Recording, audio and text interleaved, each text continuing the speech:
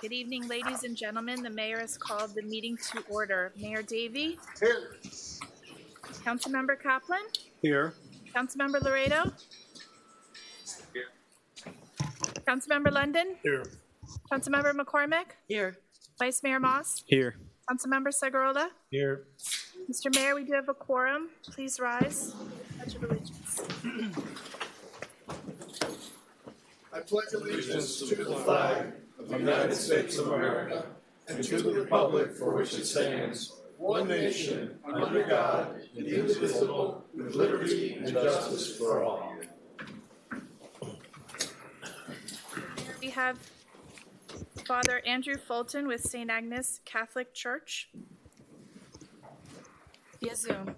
Oh, okay. Father?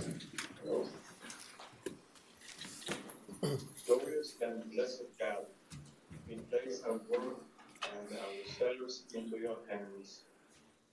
Anoint our creativity, our ideas, our energy, so that even the smallest task may bring you honor. God, when we are challenged, guide us. When we are weary, energize us. May the work that we do and the way that we do it bring hope, life, and courage to all with whom we minister, and bless us with wisdom and discernment. Rooted in your love, may your face illuminate all activities done in your name. Amen. Amen. Thank you, Father. Next item, brief comments by council. Okay. Well, first, I just want to remind everybody that today is the 80th anniversary of Pearl Harbor, and it's a significant date in American history. And I'm reminded of, at a time of incredible global peril, how well this country came together to work through incredible challenges. And, you know, we are the beneficiaries of their incredible work and the sacrifices that were made on our behalf. So I think I'd like everybody to just remember Pearl Harbor and you know, what those sacrifices have meant to us moving forward. On a happier note, I want to thank everybody who's involved with Winterfest.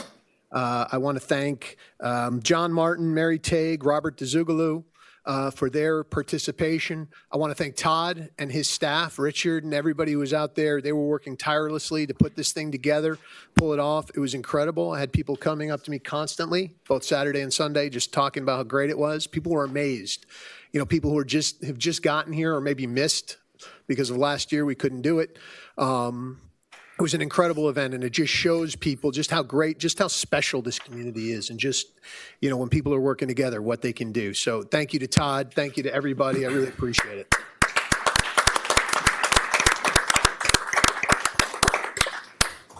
Next, happy birthday to Chief Sosa.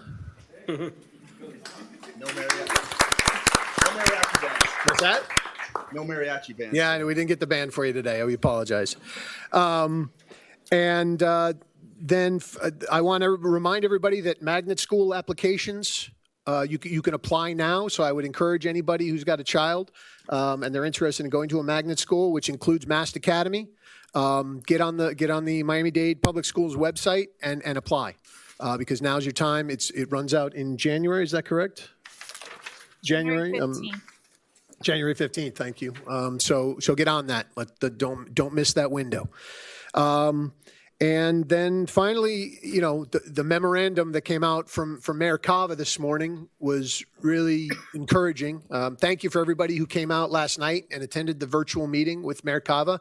I appreciated their consultant coming out and being very clear as to his belief that the rescission and restarting of the process was the right step. We've been saying that all along. And now the mayor has issued a memorandum agreeing with us. And I appreciate her, and our commissioner, Regalado, had put one out 2 weeks ago stating the same thing. So now it's up to the Board of County Commissioners to take the next step. And I hope that we can encourage them to do what we believe is the right thing and rescind the current RFP, come back, let's get the key stakeholders together, and then let's put a plan together and let's move forward. I'm glad we've got some momentum on this, so I'm very happy to see that, you know, all the work of our staff and our folks up here and our residents is coming to fruition, and we're getting, you know, I think we're moving in the right direction on this project, and I think the Rickenbacker can be exactly what everybody needs it to be in the end. That's really it. Anybody else have brief comments? I know mine weren't exactly brief today. Mr. Mayor? Well, basically, I'm sorry. Sorry, go ahead. Go ahead. No, go ahead. Age before beauty. Go. Okay. Basically, back to Winterfest. I think, like you say, it was great. People all came together, etc. I think we have to do this more often. It doesn't have to be Winterfest, but just getting an event, say every month, every other month. It costs us a little bit of money, but we really bring everybody together who participates, and everybody has a good time. And I think it's more for binding the community together than any other thing we can do. Okay, Ed London is on record as stating it's okay if we spend some money. So I want that written down in stone. We're going to engrave that and put that out in the park. We're going to take it out of the police and fire. That's fine. Touche. Councilmember Segarola. I just want to say I'm very proud and very thankful to the residents of Key Biscayne with regard to everything that's been going on with the Rickenbacker. Even when this council was slow to act in the beginning, the residents did not miss a beat. They organized, they expressed their opinions, they wrote their congressmen, if you will, over and over and over again. In the last few days, I've received hundreds of more emails. I applaud that. I'm very happy with the efforts so far, but we are not done. The next step will most likely be this will go to a vote in front of the county in January. So I would urge all our residents to continue their efforts. Don't stop. And come January, we're going to need a whole new fresh batch of emails and communications with our elected representatives because we want to make sure that they know this is not going away and neither are we. Thank you. Adding to that, I think basically we ought to organize for that meeting to have as many people from Key Biscayne to get there, whether we have to put buses or whatever we have to do, just to basically fill the place up so that it's overflowing. I think that could possibly help us because we need 7 votes. We assume we have 1 with Commissioner Regalado. So anybody who knows anybody who's a county commissioner or who has a friend as a county commissioner could lobby those commissioners, can only be helpful to us. Thank you. Anybody else? Okay, next item. Next item is public comments, Mr. Mayor. Right, I've got some people signed up. Pete, if you could read the instructions quickly.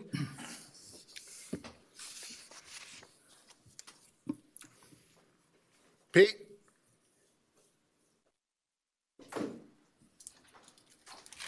Sorry, sir, afternoon. No worries. Can you read the instructions? Ladies and gentlemen, for those of you watching us on channel 77 on Comcast, on channel 99 on AT&T, or streaming us via the website. If you do wish to make a public comment, please dial the following telephone number: 305-265-7569. Then please enter the meeting ID of 231-627-8415. And then please do press *9 on your telephones or raise your hand in the Zoom app. Okay. Our first speaker in the chamber is Ann Tainter. Hi, everybody. Ann Tainter, 170 Ocean Lane Drive. 2 comments. One on the survey about the drivers or transportation off the key.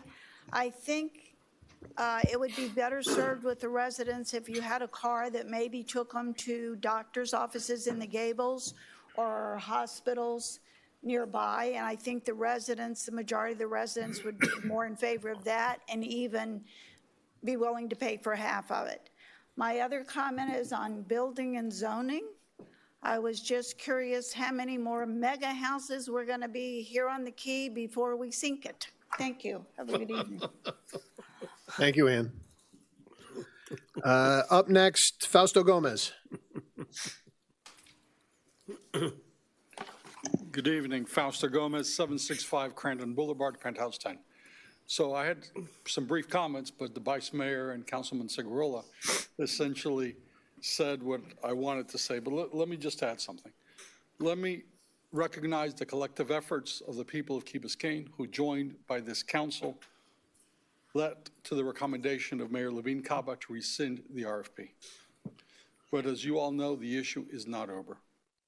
We must continue our collective efforts to assure that the Board of County Commissioners in January accedes to the mayor's recommendation. Our joint efforts must continue. And after we are successful at the BCC, which I believe we will be, we cannot relax. Key Biscayne must present solutions to the Rickenbacker modernization. And as I have said in the past, we must establish the parameters, number one, and Key Biscayne must take the lead, number two. I want to thank you for your attention and wish all of you happy holidays. Thank you. Thank you. You too. Alejandro Serrano.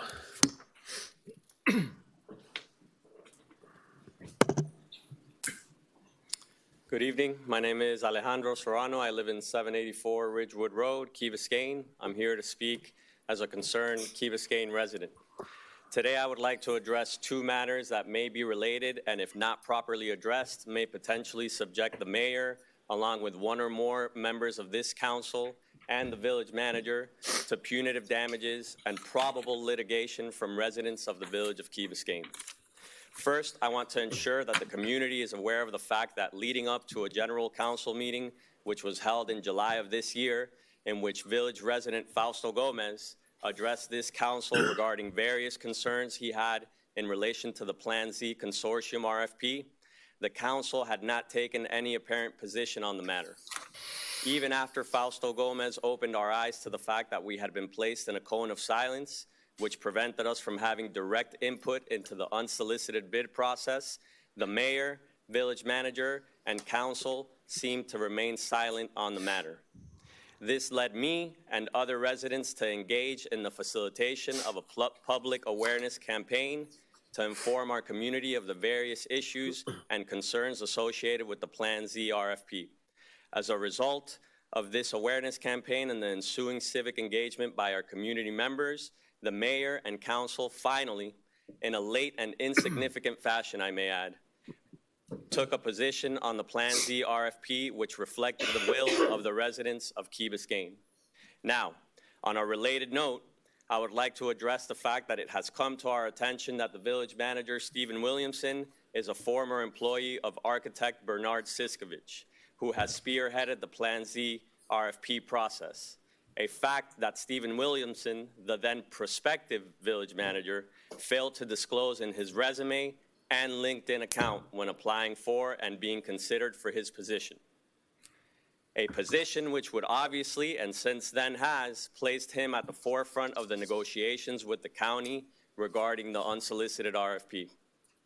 It is imperative that the mayor and council provide absolute clarification as to whether or not they were aware of this significant part of Stephen Williamson's employment history when considering him for the position.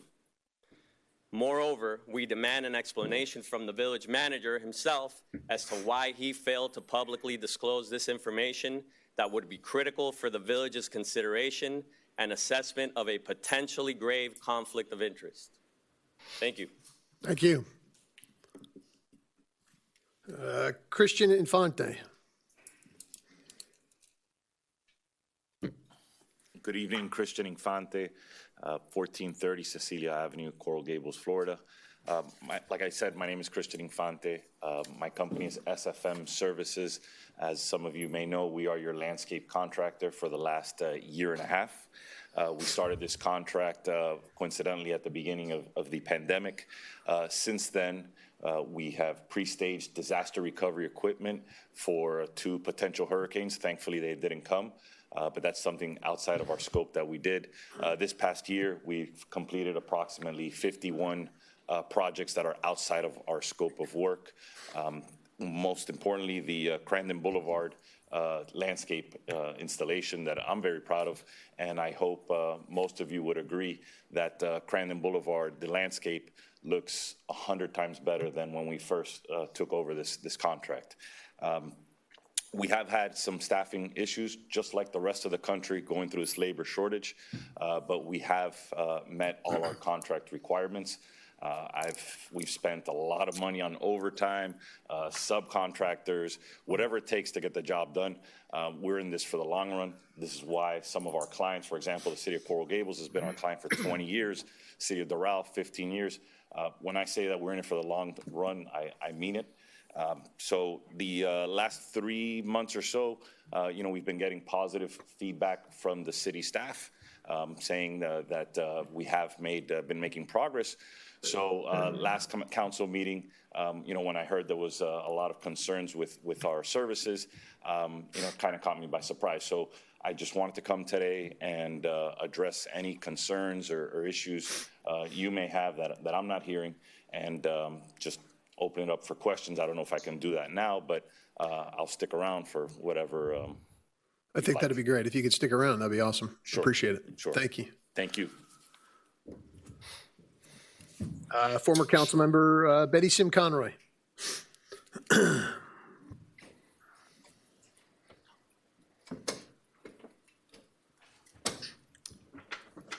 Good evening, everybody.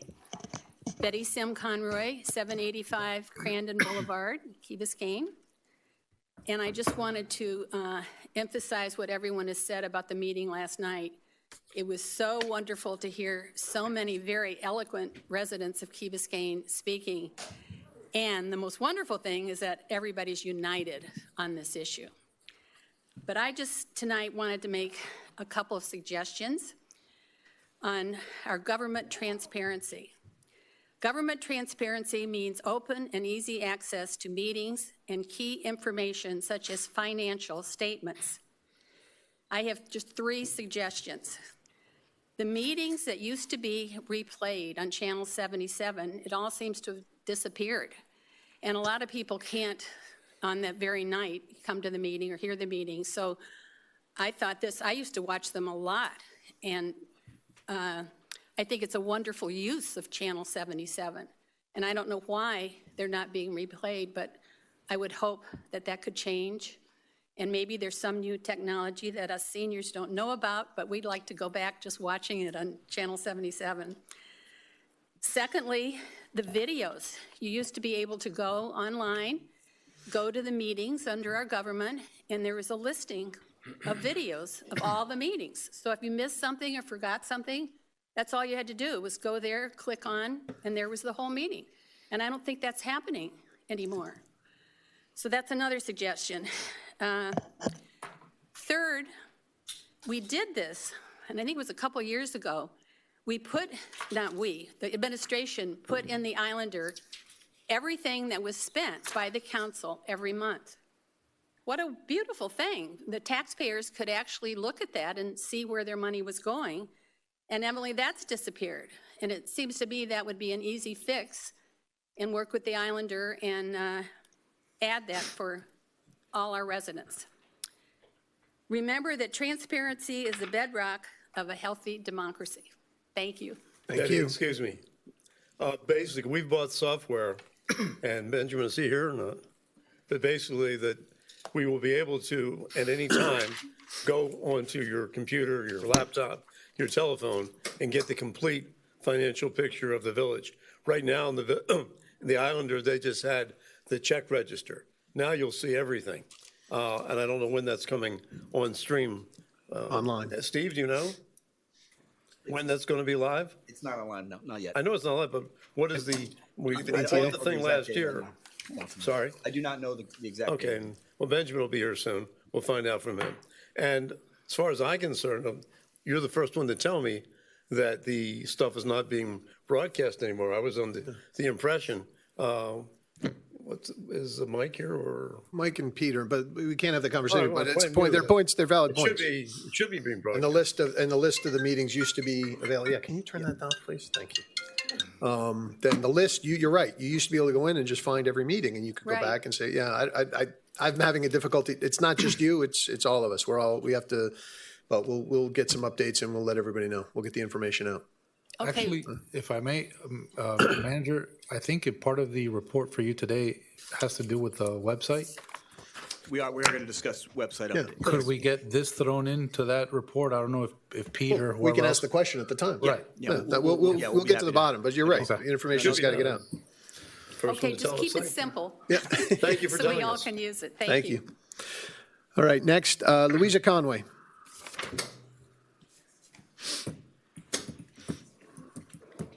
Good evening, Council. Louisa Conway, 151 Crandon Boulevard. I also wanted to thank everyone in the village that sent in emails to the Board of Commissioners and to Mayor Levine Cava. It's been pretty good, but we need more people to continue to support this council and support Commissioner Regalado's efforts to cancel the RFP. I also wanted to thank Commissioner Regalado's office, especially Alejandro Savali, for his help in helping to guide us and helping us as residents who are advocating for our village and for our input into the Rickenbacker RFP, hopefully once it's canceled. I also wanted to thank Councilmember Segurola and Luis Laredo for speaking up and for honestly thinking about the opportunity to possibly pose a legal challenge to the county if it doesn't go our way in January. I hope it changes. And thank you, Ed, for always guiding us and reminding us that the fight is not over yet. I'm actually here just to ask Manager Williamson if you would explain to us how we did not know that you were a former employee of Bernie Zeiskovich. Actually, when I read it yesterday in the Miami Herald, I thought it was a misprint. So I actually called the two journalists because I thought it was a misprint. In the times that we've been coming before the council meetings, it has never been publicly told to us. And so I don't want to run any conspiracy theories. I'm sure you have a valid explanation. I did speak to Samantha Gross, and she said it was on the record. I told her it was a bit of a shock because we had no idea about that. And I think as a property owner, there's $8 billion worth of property value here. And what happens on that Rickenbacker really matters. And who is negotiating for this village matters. And this is a very important position. He's the person in the charter that is our CEO who has to negotiate on our island's behalf. So I would really appreciate it if you would explain to the community how this was left out of your resume, your LinkedIn page. I don't know if anyone on this council knew about it, but an inquiry is important because I'm just looking at it, it's like lie by omission. So I would love, I think, for the community to understand how this happened. Thank you very much. Okay, Pete, do we have anybody signed up online?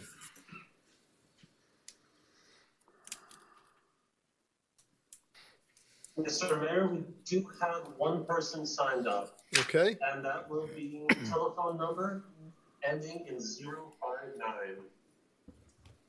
Caller, if you would please dial *6 now to unmute yourself.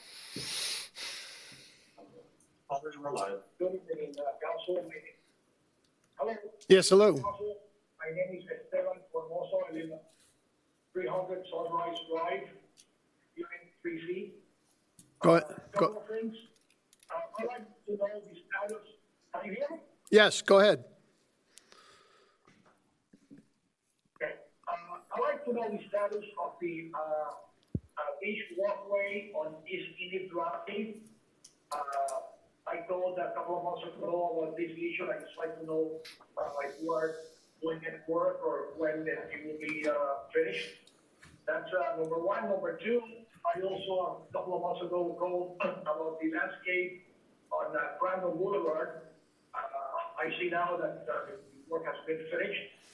I really congratulate the village and the council for the work. That's the only thing I want to do at the moment. Okay, thank you, sir. Thank you. Good evening. Thank you. Anybody else, Pete? Mr. Mayor, that's the only caller. All right, let's move on to the next item. Next item is the agenda, approval, deferrals, additions, deletions, substitutions, withdrawals. Okay, so first item, we tonight are going to make our appointments to the Charter Revision Commission pursuant to Section 706. I know Councilmember Laredo, obviously on screen, is in Italy. But more importantly, you know, we want to make sure everybody's aware of what's going on. So I would move that we bring that up to the to just after the consent agenda. If that's all right? Yep. Are there any other additions or deletions? Yes, Mr. Mayor. I'd like to defer the November 16th minutes. I got them Friday. Okay.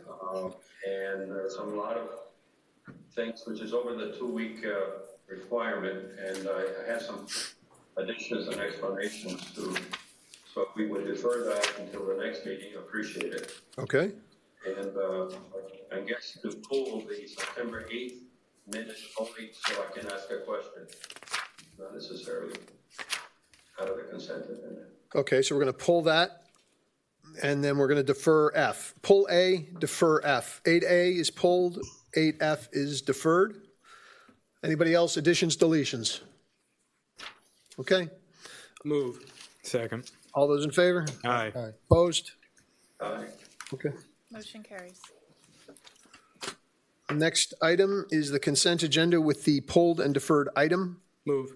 Second. All those in favor? Aye. Aye. Okay. Opposed? Okay. Motion carries. Yep. Next item would be 8A is the pulled item. Move. Second. The September 8th? Correct. The September 8th minutes. I just have a question on language that I tried to understand the clerk, but I still don't. And maybe one of you on the council can help me. There's two things. One, on page 4, when Mr. Moss makes a presentation or a proposal related to the advisory boards, I simply do not understand the English in the minute. I really don't. And perhaps you can explain what happened, the problem when we get the minute. Well, because I think there was, okay, and I'll step in and just my recollection is what he was saying was that it's not money that the advisory board spends. It's our funds. We are the council and it's our initiatives. So what he was saying was we are the ones who spend it and not the advisory boards. It was a misnomer to have the money going to advisory boards because they're not entitled to spend it. We are spending it for use in council initiatives. So I'm not sure, requested to change the word from advisory boards to council initiatives to clarify that this funding is for the council's initiatives and not funding going directly to the advisory boards, right? And then and there was that mention there about the education board. It's just very we convoluted English. I think we just vision. It was just that the vision board is a board. Right. What we're looking at is a vision as council. The board is only giving us information. So the money wasn't going to the vision board, it was going to the vision. Yes, every time we write the word board on it, it sounded like it's confusing to the public because they think that this is going to a board and it's not. We don't go get a board and then have them do something. We want to do a vision. Right. And we created a board to advise us. Right. So that was the reason why we were to drop the word board because it's based on education and vision, which are initiatives of it us. was, if I recall, it was only on the budget line item where the money was being spent, not changing the name of the board. Correct. Yes, rather saying these dollars are allocated for vision or these dollars are allocated for education spent by the council. Correct. Well, first of all, the I don't have a problem, we're not gonna get into pettiness, which is the predominant characteristic of our meetings lately, but in fact, it was the board, of which, by the way, I don't have a member or don't have anyone, appointed, that recommended originally $100,000 and then went up to $160,000 and further recommended and made it possible for the particular consultant to be hired to the tune of $160,000 of taxpayers' money. But that's not what we're talking about. We're talking about the language of this. It is clear that it is not going to the board and it doesn't benefit or it's a salary to the board. But it should also be clear that it was the board was created before the consultant was hired. It's a significant difference. But either way, the language is it's just not clear. And I saw a reference to the education board. Maybe that's just something that was caught on the discussion, but So what is your what is your suggestion for? I think it's important, though, that the minutes. Hold on, hold on. I'm asking a question of Councilmember Laredo. Councilmember Laredo, you're asking for a change in the minutes. This is what we're discussing, is the change in the minutes to the meeting. What is your proposed change to the minutes? No, I think it should say that those $160,000, as Mr. Moss wants to make clear, is not being spent on the board, but it is the board that recommended the expenditure of $160,000, and in fact also recommended the consultant. That's not what was discussed. So we discussed a budget item, line item, and the name of it. That's it. So I don't, just how it was being tagged, and it had nothing to do with the amounts. So. All right. Well, then I would ask the clerk to please make sure that you get clearly what I just said, because it clarifies, I guess, something that they don't want to amend, which is exactly what I said. This was, the board was created, and the board recommended $160,000 in consultant expenditure before we approved it, and we followed their recommendation. With all due respect, I think we have to make. If you do not want to make the changes at the time. Yeah, go ahead, Councilmember. Councilmember McCormick had a response to that? I just want to make sure that the clerk is clear that these minutes are to reflect the conversation that was had at the meeting at the time, that we can't editorialize and add things.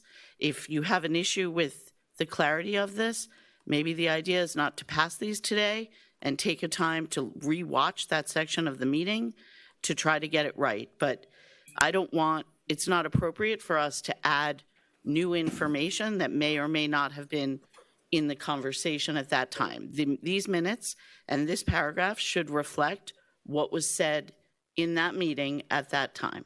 I'll rewatch the video. But maybe if I'm fine with. I'm sorry that you, Ms. McCormick, I'm awfully sorry that you characterized any input that I have as editorial. No,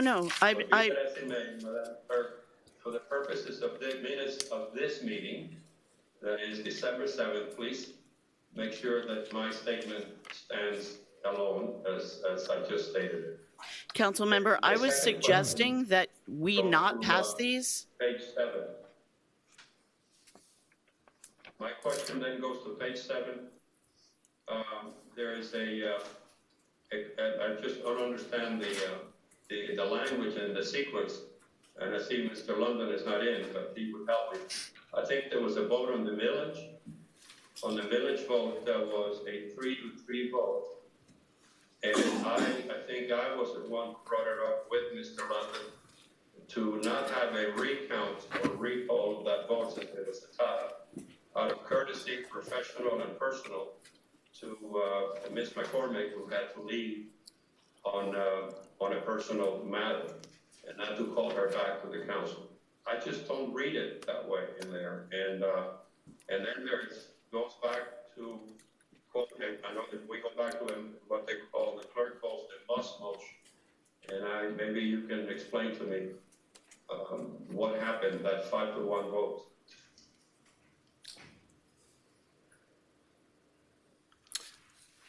I think what happened, if off of memory, Well, but We look, tried again, 2 different initiatives. I think it was Ignacio, or perhaps it was Ed, or maybe it was you, Luis. No, it was me.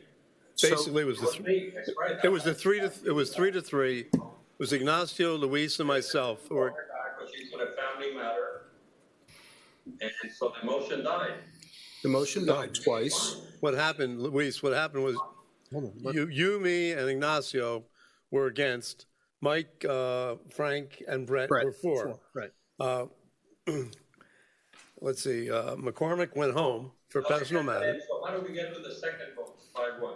Well, I don't know where the 5-1 came from. I don't have it in front of me because I didn't get it. It was just as a courtesy to her. Just need clarification. It was, we had the 3-3 vote, and we decided not to call her back out of courtesy, personal or otherwise. That's fine. And then we reverted to a 5-1 vote on what?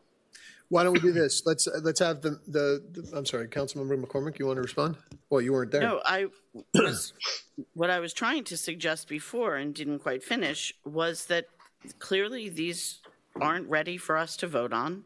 And I think that Councilmember Laredo has 2 different paragraphs he has an issue for.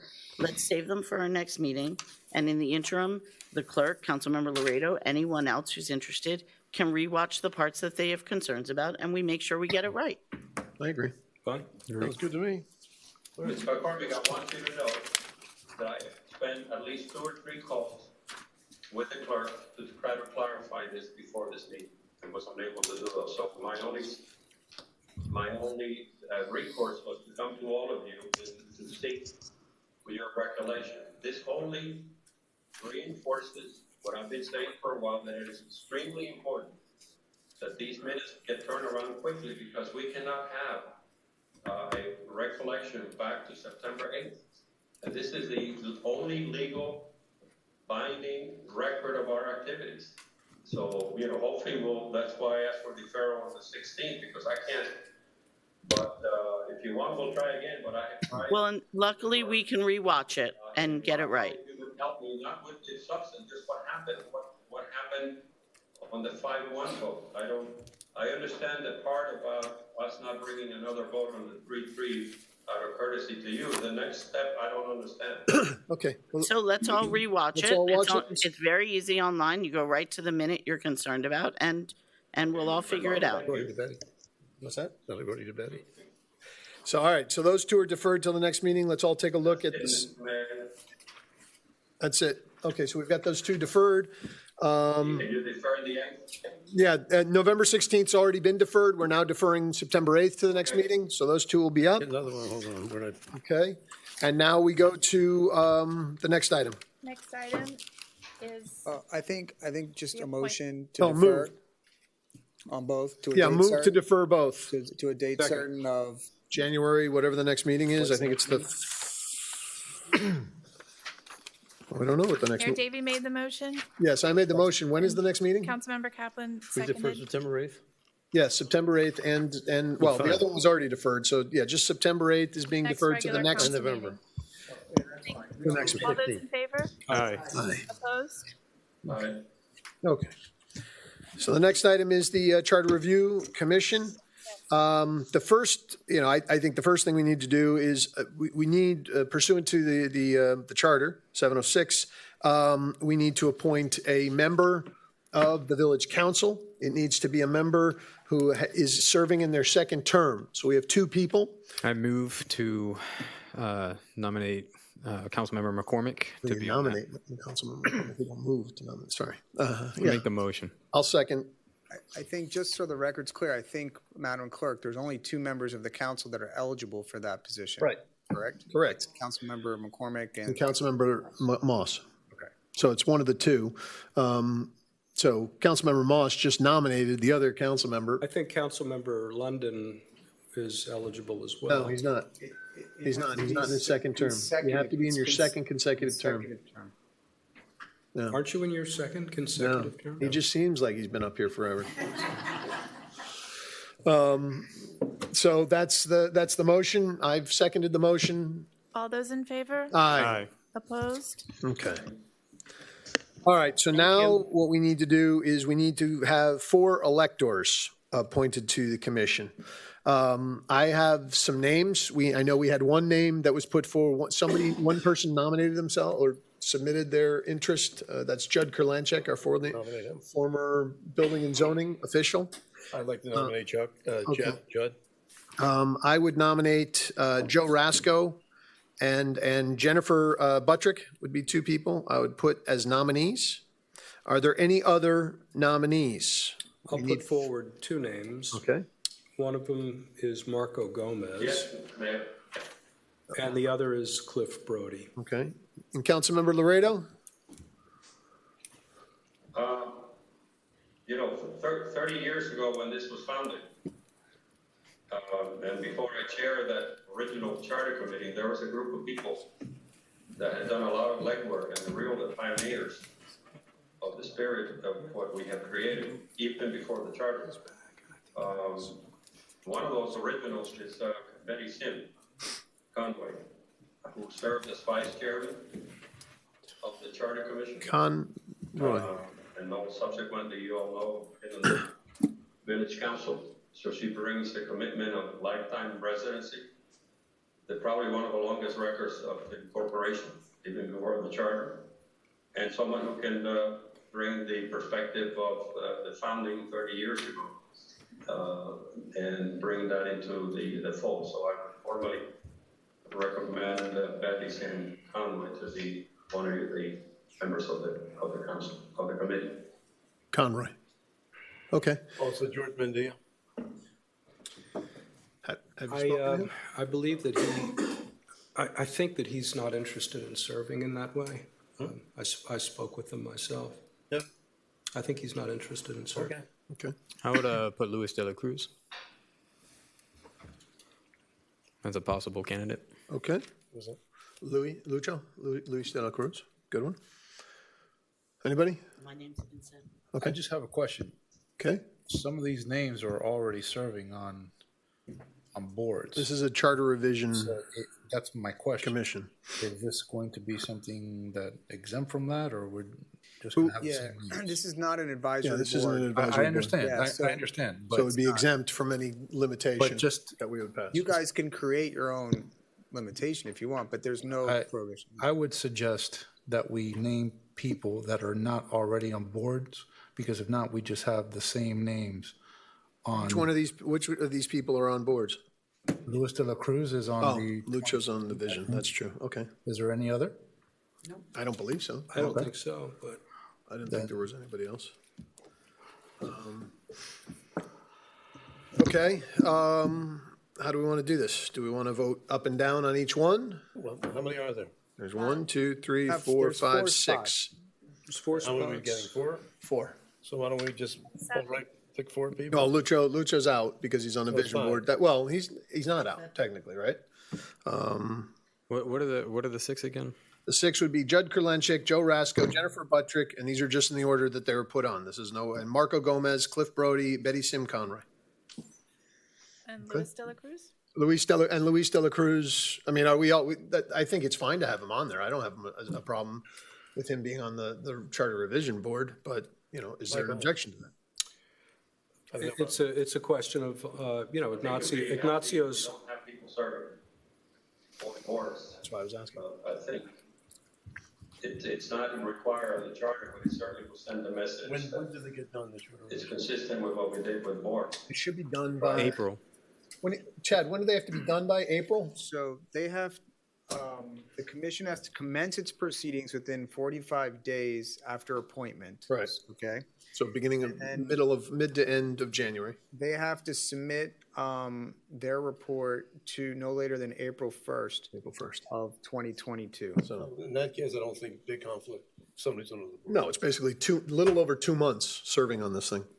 You want to do this like we did the manager and each submit a piece of paper? A list of 4. I think that's a good idea. Fine. Let's do that. Okay. Can't do that. Councilmember Laredo. Just have a clear vote. Let's move on. Actually, let's do an email. Yeah, do an email. Okay, fine. Yeah. Do an email to the clerk. Yeah, it's not like it's secret. That works. Can you do email? I'd rather- Councilmember? What's wrong with I'm- having Hold on. a public Well, I don't understand. What's that? I don't Chad, care. is there a way to do it like this? That's easy. Okay, that's fine. Then I'll. I think he's just suggesting, instead of email, everybody just state your 4 names. Your 4. I'm Fine. having an email. Well, then she's having an email problem. That solves it. Perfect. Sorry. Would you read the names again? Okay, Judd Kurlanchek, Joe Rasco, Jennifer Buttrick, Marco Gomez, Cliff Brody, Betty Sim Conroy, Luis De La Cruz. I have one of your pens, Zeki. One of your pens. Thank you. You bring your own I did, but I can't find it. Oh, that doesn't help. I want that pen Well, back. I move, what do we do, one by one, Mr. Mayor? We're just going to each state our 4. For- State our 4 people for the board. Out of 6, right? Out of 6 or 7. them off again. 1, 2, 3, 4, 5, 6, 7. There's 7. Jennifer is I'm sorry, could you repeat the names again? I missed Read them one. off again. Judd Kurlanchek, Okay. Joe Rasco, Jennifer Buttrick, Marco Gomez, Cliff Brody, Betty Sim Conroy, Luis De La Cruz. 1, 2, 3, 4, I think 5. there's 7. There's 7. Yeah, I'm not crazy.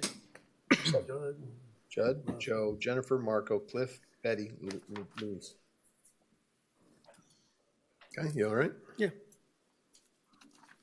And we just give names, not a ranking. Yeah. Correct. You just, everybody gets 4 votes. Okay. I'll start off. I've got, She ready to copy? are you ready? Yeah. Clerk, if you would just write down I'll keep the name, and I'll also keep. I'm putting forward Joe Rasco, Jennifer Buttrick, Cliff Brody, and Louis. One moment, I'm sorry. Sorry. I'm sorry, go ahead. Joe Roscoe. Joe Rasco, Jennifer Buttrick, Cliff Brody, and Luis De La Cruz. No.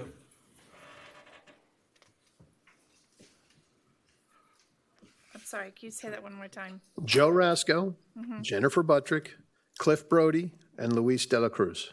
Thank you. All right, who wants to go next? Give me a minute, back questions. Okay, How's it? why don't we go, That's all right. who's ready? I'll go next. Okay, Glad I wrote it down before. My list is identical. Joe Rasco, Cliff Brody, Jennifer Buttrick, Luis De La Cruz. Okay. I'm sorry, I don't have a chart like that, so it has to be a little Oh, slower. sorry. I'm sorry. Joe Find your Rasco, name. Joe Roscoe. Jennifer Buttrick, Cliff Brody, Luis De La Cruz. Yeah. who's next? Councilmember Segurola? Betty Conroy, Judd Kurlanchek, Marco Gomez, Joe Rasco. Repeat that. Say that one more time. Betty Conroy, Judd Kurlanchek, Yes. Marco Gomez, and Joe Rasco. Thank you. Okay.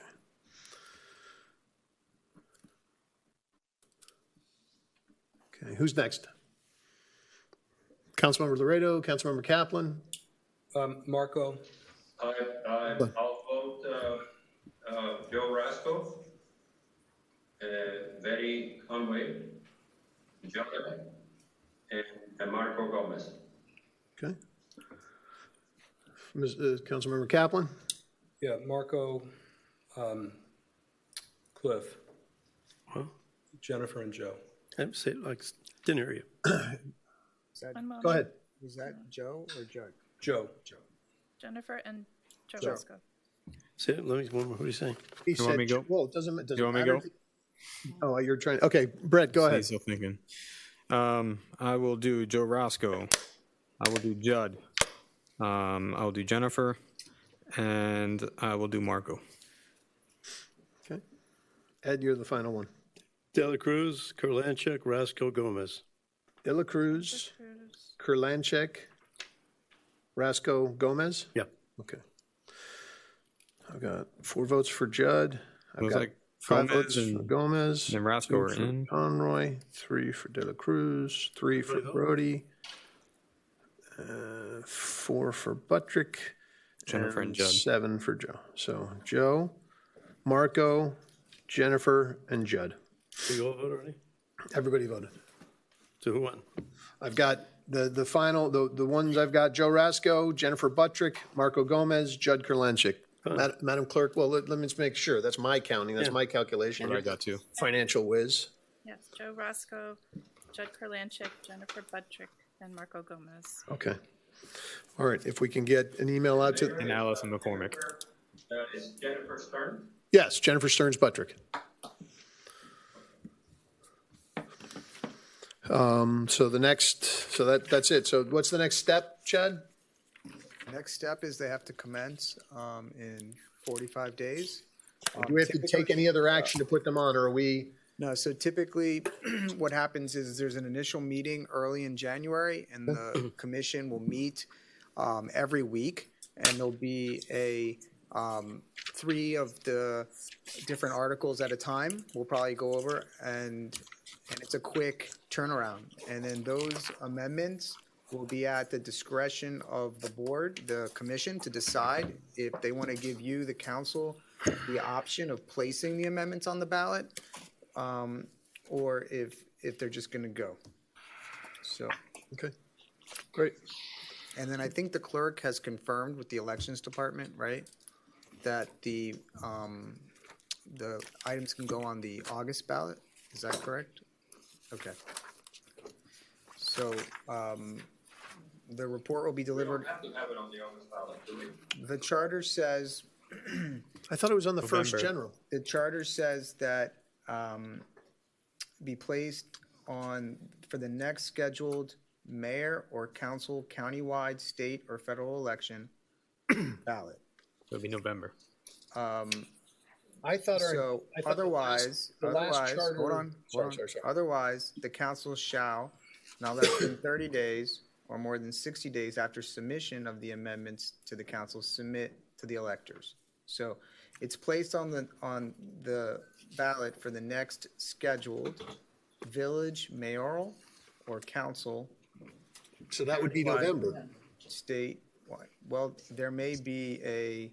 Oh, if there's a runoff for mayor, you're saying? Maybe, but we'll confirm. All right, yeah, because the goal with the last charter revision committee was we wanted it on a major, we didn't want to do what was happening in other communities in that they were having elections in April and, you had very few people showing up. These are, if we're going to change the charter, we want as many people voting as possible. So, yeah, if we can get that clarified, the intent, I hope you can go back to the intent and make sure that it's on. Well, I think the intent was that it's cheaper for you guys when it's on a it was countywide, but also turnout. It was turnout. Turnout was a big thing. It was as many people as we could have voting. That's the important thing. You want turnout. Okay, because August is tough. Nobody turns out. That's a 16 to 20% turnout election, generally. Maybe 30. All right. Well, it may be by that time we may not even know that there would be a mayoral. So. Primary, right? Mm-hmm. So it's probably an impossibility because we'll work with by April. By April, we're not going to know. We won't know. That's right, because nobody files until June. We're going to have to. We'll work with the elections department. They'll tell us, and we'll get back to you guys. Okay. Thank you, Councilmember McCormick, for taking this on. I'm honored. All right, next item. The next item, Mr. Mayor, is the second reading of an ordinance of the Village of Key Biscayne, Florida, amending Section 2-10, Advisory Boards of Chapter 2 of the Village Code of Ordinances relating to advisory board administration and board member requirements, providing for severability, providing for codification, providing for conflicts, and providing for an effective date. I'll move it. Second. Thank you. Okay. Discussion, this is on second read. Well, let me open public comments. Does anybody wish to speak on this ordinance? Pete, if you could read the instructions, please. Yes, Mr. Mayor. Good evening, ladies and gentlemen. For those of you watching the meeting on television or streaming it live on our website, if you do wish to speak in reference to this ordinance, please dial the following phone number, 305-365-7569, and please enter the meeting ID of 231-627-8415. then please dial *9 on your telephone or raise your hand in the Zoom app. Okay. Is there anybody in the chamber that would like to speak to this ordinance? Okay, let's give the folks a second.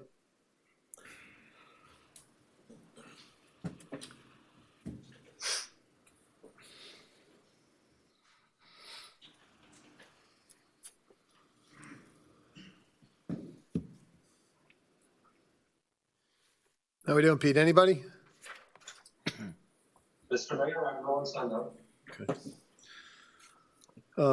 Pete, if anybody does sign up in the next, minutes while we're discussing this, please let me know. I don't want to preclude anybody from speaking on this.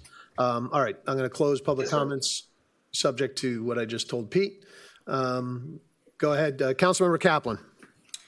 I'll oppose this as I did the last time for the reasons that I mentioned. I heard a comment from a resident that I thought was worthy of passing along for your consideration, which is that in the ordinance, assuming that it's adopted, the council liaison be directed to report back to council actions or initiatives that the board undertakes, so that board actions are not obscure to the rest of the community, that there's a report out in public. It seemed a self-evidently good idea, and I thought to relay that. Yeah. Okay. Councilmember McCormick? Frank, on that subject, when we started this process of trying to sort of clean up all the different ordinances and get some uniformity, and that was one of the big concerns that we really wanted to address.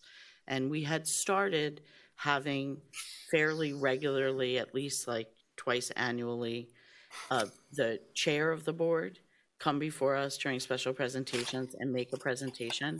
And I think that we seem to have fallen out of that habit, although I think maybe Councilmember Laredo might remember it only happened a couple of times.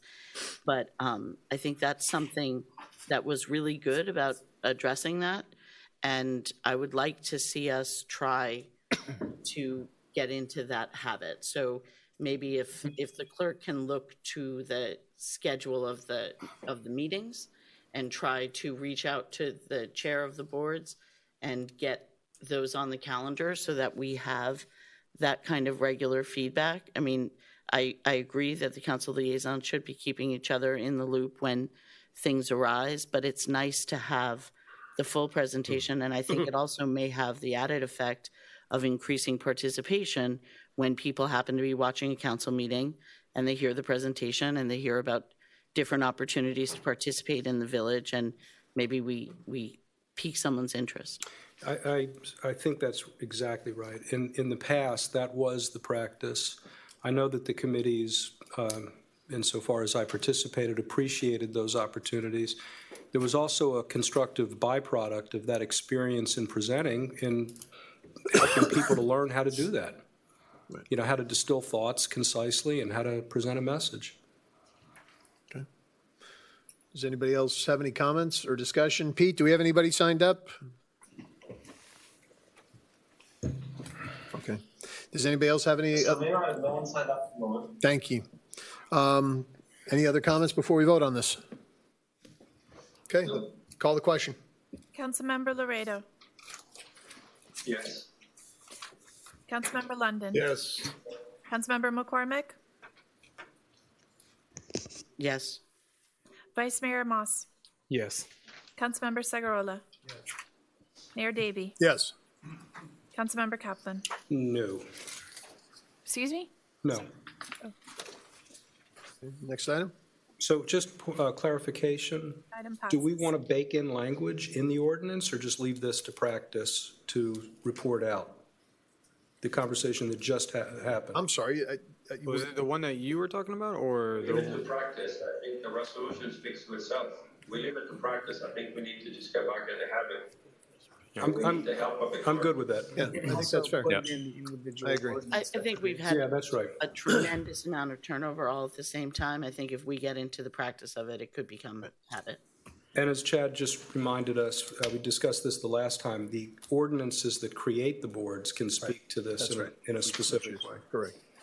All right, next item. Ordinance passes on second reading. The next item is a resolution, a capital project authorizing resolution of the Village Council of the Village of Key Biscayne, Florida, approving the purchase of 2 vehicles from Allen J. Automotive Management, Inc. in an amount not to exceed $52,111, providing for authorization, providing for implementation, and providing for an effective date. Moved. Second. Thank you. Same objections I had before. We don't know if we have all our cars, what they're doing, and what we're going to need. So I think it's silly just to add a few more vehicles, which I'm sure nobody will agree with me, but that's fine. I agree with you, actually, and on other grounds. With all due respect, we still don't know what that extra pickup truck that Councilmember London asked about last time, and the justification for going with the Bolt over the cart. They don't need an air conditioner. They're not going to be idling, sitting around the village hours on end. They're just going to be going from one side to the other. And I saw the drawing. The carts in Coral Gables are significantly larger. This doesn't even, I mean, I don't even know how small that is. I don't know if that's a specific example you were looking at or that's just a drawing. But I'm not in favor of this because it does seem we have extra trucks that could be moved into the spot. And I still I can't go for the Bolt.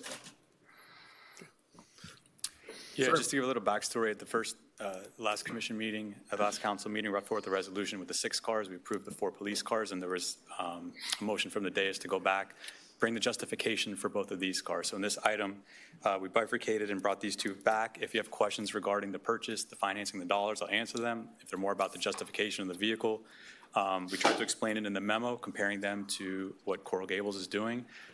Further justification of what the position and cars will be doing, then I'd like to invite Director Osman, who's in charge of both code compliance and public works, to kind of talk about why these are the 2 recommended vehicles that they're still questioning as to the justification of why these. Benjamin, I recall, to make it perfectly clear, this is not what we approved last meeting, which is the 4 police vehicles, correct? Correct. So the last meeting, the resolution got approved, just the 4 vehicles. That's all I need, yes. Okay. If I recall Mr. London's position, which I supported at the time, it was not to bring back this for a resolution, but to come back with some degree of understanding what you were doing. But the spirit of it is that you were rushing, and that was not healthy planning, given, you know, we overlooked the fact that the police think that was very important public safety. So I don't support this at this time, because I don't think that was the spirit of this recommendation. It was more like for you to explain to us rather than put it as an approval. As I understood it, Mr. London can clarify. No, you're right, Luis. In any event, I'm not. I agree with you on these vehicles. Go ahead with your explanation. Good evening, Mayor, Council. These 2 cars we are asking for both departments I'm not running currently, one for Public Works and one for Code Enforcement. This truck, Ford Ranger, will be for Public Works Superintendent. The position was approved. It's going to be out there driving around all day and helping out the guys and running landscaping, maintenance facilities. This is Florida. It rains, 10 times a day, and I need a truck. We are very fortunate to have guys that does not say that this is not my job. I have other guys. Code Enforcement Officer Dario is a pickup truck, which used to be Public Works truck. You will see him picking up branches of trees and carrying stuff. We then to Parks Department. We use pickup truck over the weekend to help a zero waste culture. So these trucks are used every day. And one thing that I want to note that these cars do not leave the island. These are not take-home cars. They stay here. So again, that's the justification for the Ranger. If you don't approve it, then I have no car for the public superintendent. It's simple as that. You what? The code officer, second officer that was approved, the position that we're going to hire probably the next few months. we looked at the golf carts, and again, they have to be out there to severe weather conditions. I looked at Chevy Bolt, and I looked at this golf cart equivalent, which is street legal. It's E2 GEM, same exact thing as Freebie, and it's about $22,000. About 35-mile range golf cart for $22,000 versus you get a Chevy Bolt, $28,000, a reliable car. So it's air conditioning, I understand. I mean, I can take it or leave it, but it is what it is. I mean, it's 2 cars that I need for these positions. If you don't approve, they're going to walk. So I have a question for you, Jake. What cars do you have for the... Councilmember Laredo, Councilmember London speaking, you're next. What cars or trucks do you provide for the building inspectors? they have they get a car allowance. Why can't you do the same thing with your code enforcement? Why can't they don't go off the key? Why do we need an extra car, one more car to take care of? Why are we in the fleet business? That's a policy. If you want to provide a car allowance. My point is that as many people as we can, give them allowance and not provide cars. I'm not sure if the allowance is budgeted. And the other thing I was asking for at the last meeting was I'd like to see a breakdown, an inventory of all the cars and trucks and all the vehicles we have, all our vehicles, and who are they assigned to and what functions do they carry out before I'm prepared to vote on any more cars or trucks. Councilmember Laredo, you had a comment? Well, I verbatim what Mr. London said. First of all, I objected to I'm sure you were joking that Jake, that the people would have to walk. That's a little bit of a, I don't know. Maybe I'm not in a good mood for that. If you think that's funny, I don't, because we provide. Mr. London has now for over a year been calling for a strategic review of vehicles, period. All vehicles.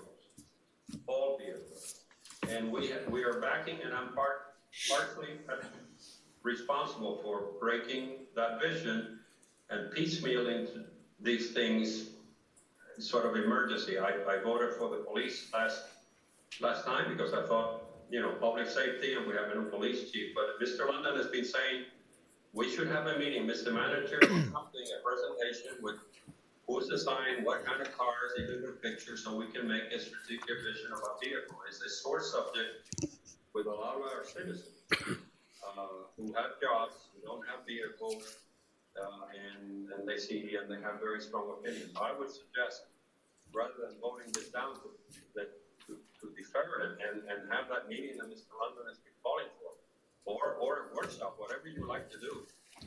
Mr. Mayor? But it's not just about buying 2 or 3 vehicles, it's about we're piecemealing this to death. And at the end of the day, we're spending significant amounts of money. Councilmember Segurola, and then if Mr. Nussbaum would respond. I'm also in favor of deferring this until we have an audit of the vehicles in the village. Police, we've already just taken care of. Fire, I don't believe they have anything in the foreseeable future. So what we're left with is with all the civilian vehicles. I think we do need to have that audit to see what is there, who's using it. For example, if code enforcement has I've seen it, a Ford F-150, something like that. They don't need a vehicle that big. But if that vehicle could be transferred to Public Works or someone else, suddenly you don't need to buy a new pickup truck. And if we get 1 or 2 smaller vehicles for code enforcement, there's a solution. But I'm not in a position to give that answer because, as Councilmember London said, I think we need an audit. Okay, so in terms of the question about a demonstration of what the village currently has in their inventory, that was provided in the last agenda packet. I apologize, it's not in this one. When we brought forth the original resolution, we also, as an attachment, we brought an exhibit for the vehicle policy. In that exhibit had a whole diagram with each vehicle VIN number and which department uses it. I'll be happy to provide it to everybody again, so you're aware of all the vehicles, public safety and non, of what we currently have in inventory. I think with these items is we had some new positions that were approved in this last budget, and this addresses the need. Whether we want to go with the route of the stipend instead, that's a possibility. I think regardless, Jake's made the comment that they will need vehicles to be able to do the service that we want them to do. We want boots on the ground with that superintendent, so that's obviously, this is how to get them out in the field. Could we have it a financial analysis also of the stipend option, how that would work out the numbers? Sure. Just offhand, I think this. Not now, I mean, Okay. for the next meeting. Sure. So we get a good idea of what the options are. Sure. Well, do you have an idea of what the stipend would be? I mean, do we know what the? Mr. Mayor, if I could jump Please. in. I think we don't want any employees using their own vehicles for something that, for a public works job. Yeah, right. That's just an insurance Liability liability issue. No, I wasn't thinking public works, I was thinking more code enforcement. Same thing, though. No, and the second one, I was going to follow on. The second one is if we are going to have someone who's enforcing the ordinances of our village, my recommendation is that they drive a village vehicle that's marked as a village vehicle. Right. And I think that's appropriate. The building inspectors put a plaque on their vehicle so people know it's a village vehicle when they're going around to do their job. There's no reason code enforcement can't do the same thing. That's a fair point.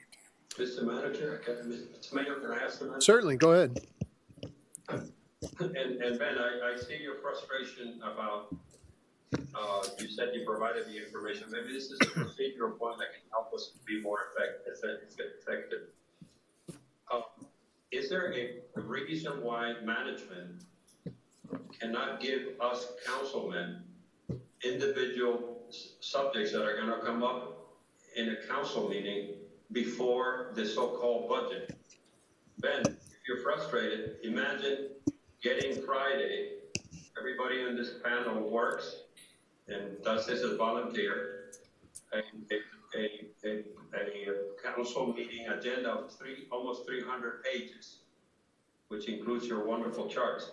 It is not fair, nor prudent, and nor efficient to force this elected council, volunteer council, to cram over the weekend all that information. Why is it not possible, Mr. Manager, to give us some of this information that council members desire whenever you have it ready, so we have a little bit more time to be better prepared and make more efficient meetings? No, is there something that is holding you back from that? No, council member, not at all.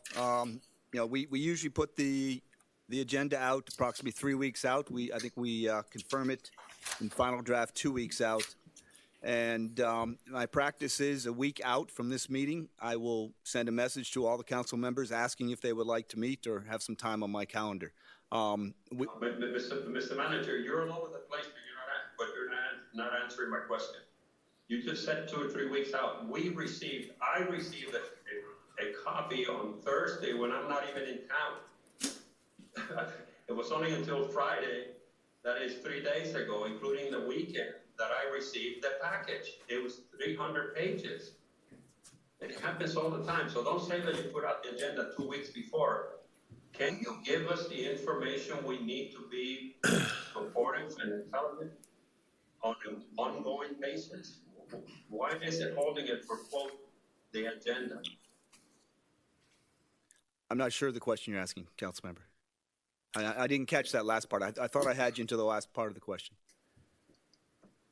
No, you answered my question by saying you put out the agenda 2 to 3 weeks, and you didn't mean to make it a misstatement, but it's a misstatement to somebody who's not involved in this. We, the council, received the agenda. In this case, it's 260 some pages. To give you an example, whoever is listening, on Friday or late Thursday, I received it Friday. That gives us Saturday, Sunday, and Monday to prepare. So Mr. Ben's observation that the last meeting he attached the information that is being called for now, I want him to understand our frustration, Ben, because we cannot carry on with this kind of information overload on 3 days, including weekends. It's just not rational.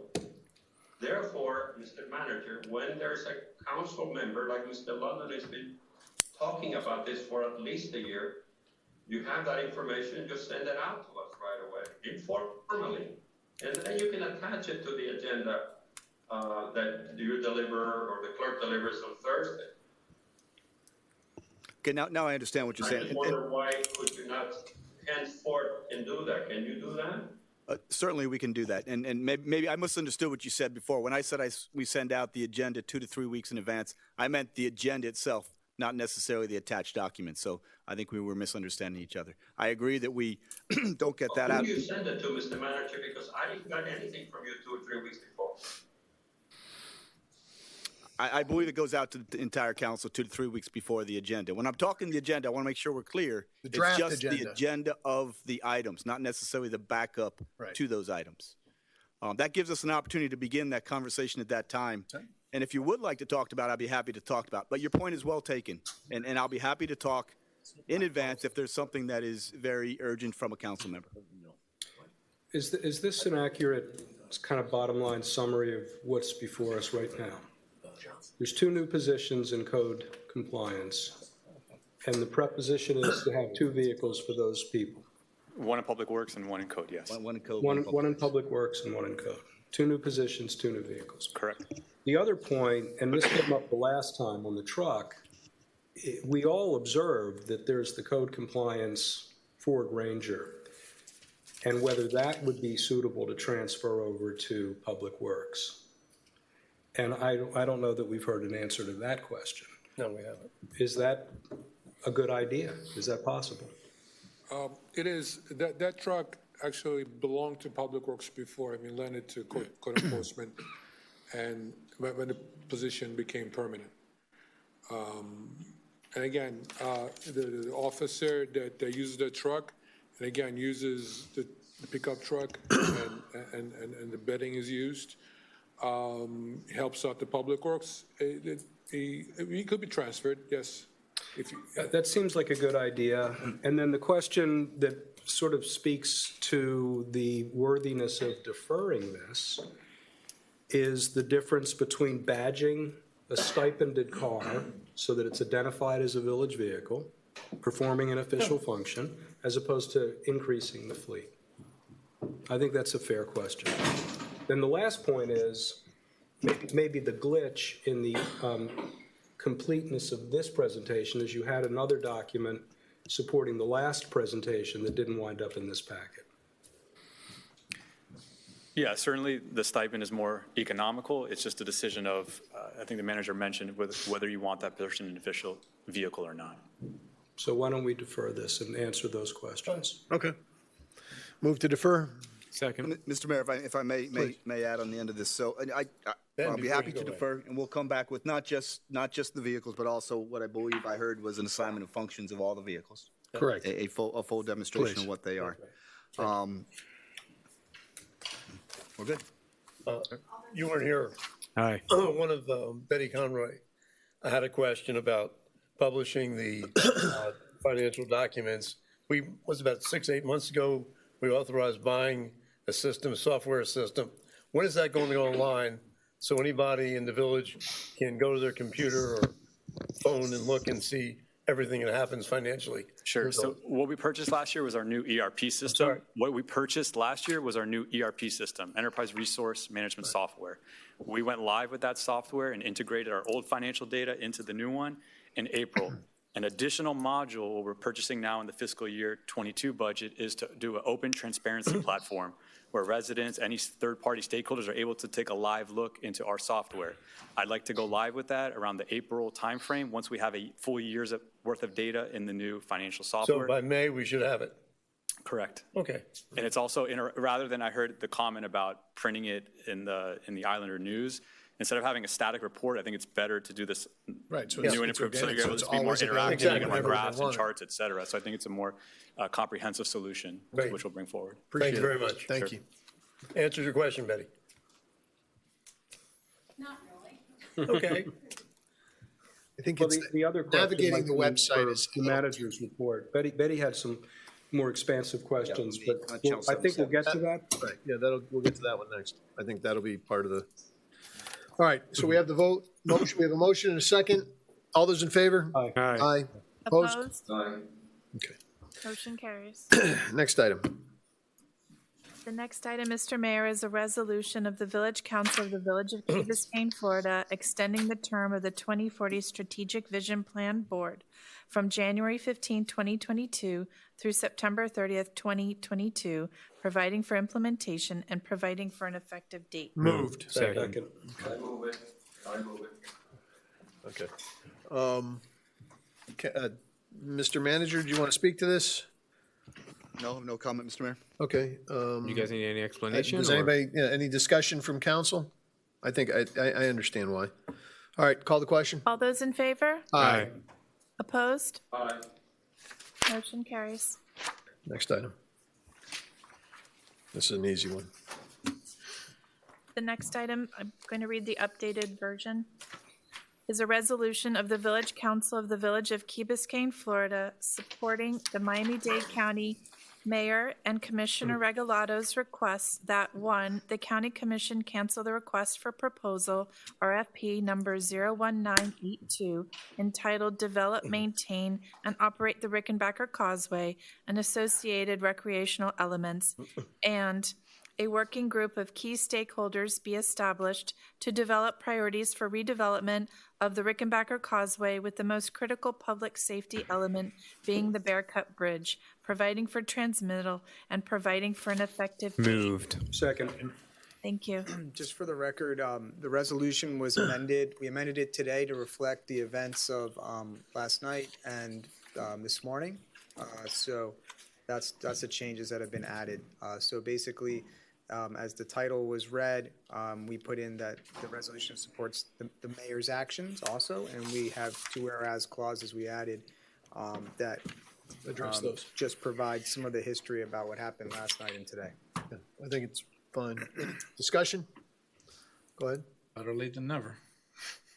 I don't know what that means, but okay. We Fine. should have done this 4 or 5 months ago. Oh, Lord. do the Okay, value let's for move money. on. Let's be.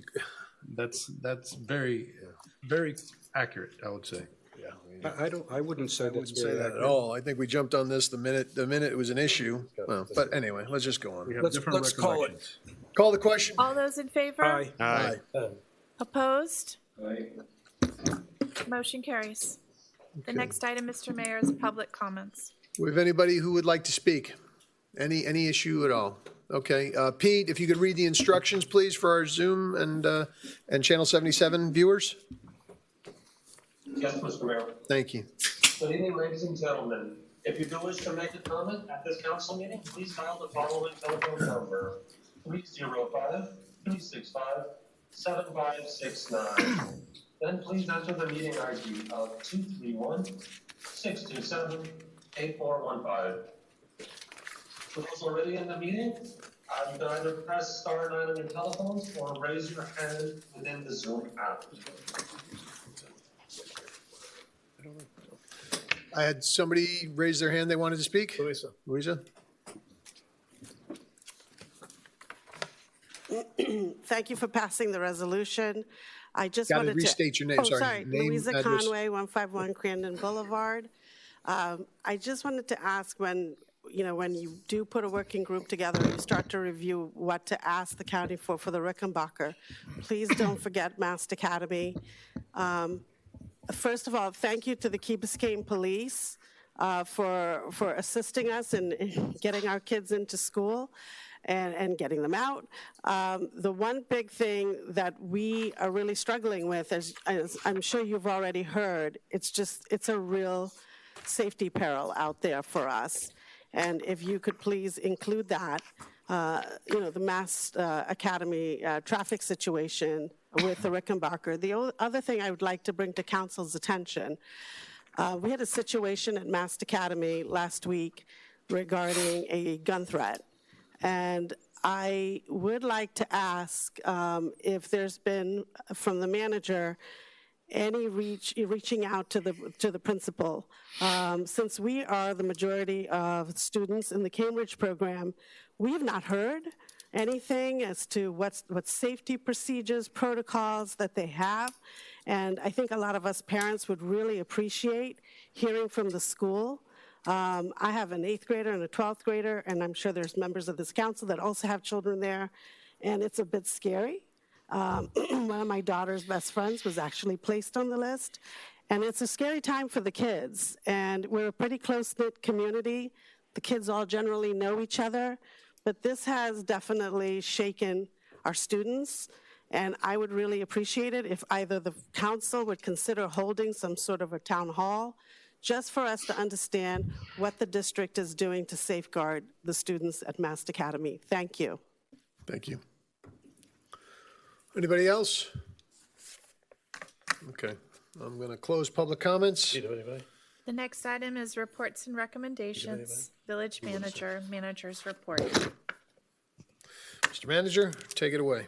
Good evening, Mr. Mayor, council members. I hope you enjoy the bag gift that you have on your table in front of you. My girlfriend is giving that to you, so she hopes that I come home early tonight. So please keep that in mind as we go forward. As we move forward, Chief Souza, come to the table for police chief's report.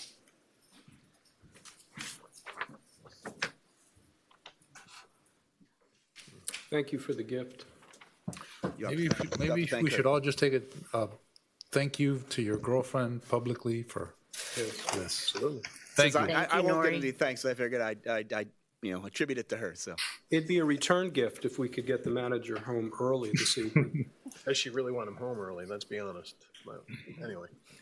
Good evening, Mayor and Council. Thank you for having me this evening.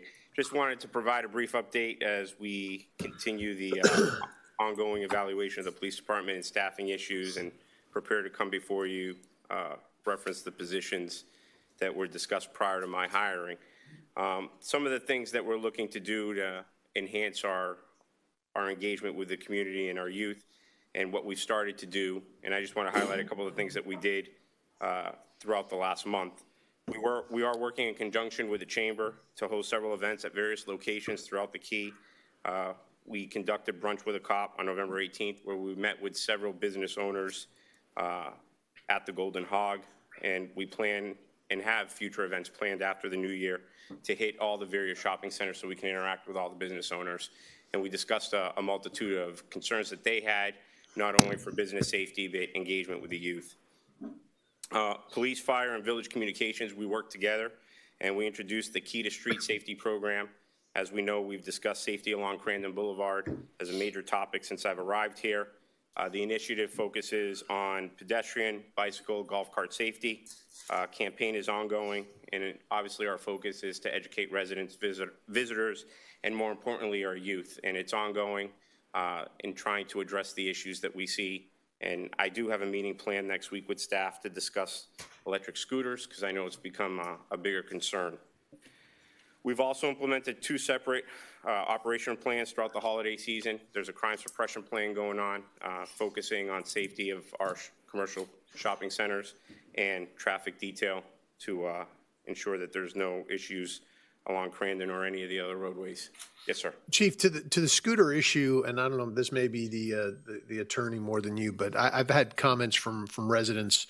I know we're not allowed to ban them on sidewalks or in the public streets. Is there any way for us to ban them from, like, the parks? Are we allowed to ban them from certain areas, or are you aware of that? So I did learn the other day that they're not allowed on the village green. They're not allowed to go through the fields, and that's something we're going to look at when I meet with Deputy Chief Eunice and staff. Perfect. Obviously, we're going to include Chad and the manager in any of those discussions. You know, the state law is so... I know, it's convoluted and it's not easy. I get it. But we're having problems where, people are walking and almost getting taken out. And, the kids, it's not malicious. It's just they're flying through, and you've got all sorts, and then they're going over the field, and you've got people trying to practice. So if we can address that, that'd be great. That is something people have been talking about. I do think that we do have the ability. I think what the chief said, it is convoluted. Yeah. They are treated... they have the same rights and duties applicable as to a ride or a bicycle, which is a little weird, but the law still allows us to regulate. So we could do something. I think we already do have some regulations, like the chief said, that have been on the books for many years. But if it becomes, a big It has issue, become. It's an issue. And I get it, but they're all over. Coral Gables actually does ban on sidewalks certain parts like Miracle Mile. Yeah. We can't do the same? So Coral Gables, I'm not saying that we can't. I think that we can actually adopt an ordinance regulating the operation of on the sidewalks. But those that on Coral Gables, and I've seen that myself too, those are with the private vendors, which I think they may have a contract with Coral Gables, and I think that's also how they regulate it. So, like you're not seeing like a private scooter, you're seeing one of those rental ones. Right. Chad, is there a differentiation in law between a scooter and a golf cart? Yes. They're defined separately. All right, thanks. Sorry to interrupt. Yeah, well, Mr. Mayor, we've definitely recognized this, and that's why I've asked the chief to take a look at it, and then we may be bringing some more information back to you in January. Perfect. Thank you. And the last thing that I wanted to highlight and that I'm excited about and that we started with Officer Nieves, who's actually present tonight in chambers, is our reading and classroom program throughout the village. And obviously we want to start interaction at a younger age and as they grow older so that we build those relationships so they can rely on us and hopefully build partnerships and listen to the things that they're being advised upon. Right. So these are some of the things that I wanted to highlight, and I'll get more into the plan as we present it to you in the future. Appreciate it. Thank you. Thank you. Happy birthday, Chief. Thank you. Happy birthday. Oh, wait, Chief, Councilmember Laredo from afar. Yes, sir. I just wanted you to know that it is very noticeable in the input that one gets per citizen. It's besides the details, just the new spirit and outreach in the community. People are talking about it. So thank you. Since you came in only a few weeks ago, it's already the feeling is changing. So thank you and the men and women of the department very much for what you've done in short time. I appreciate that, but the credit goes to the officers. Thank you. Thanks, Chief.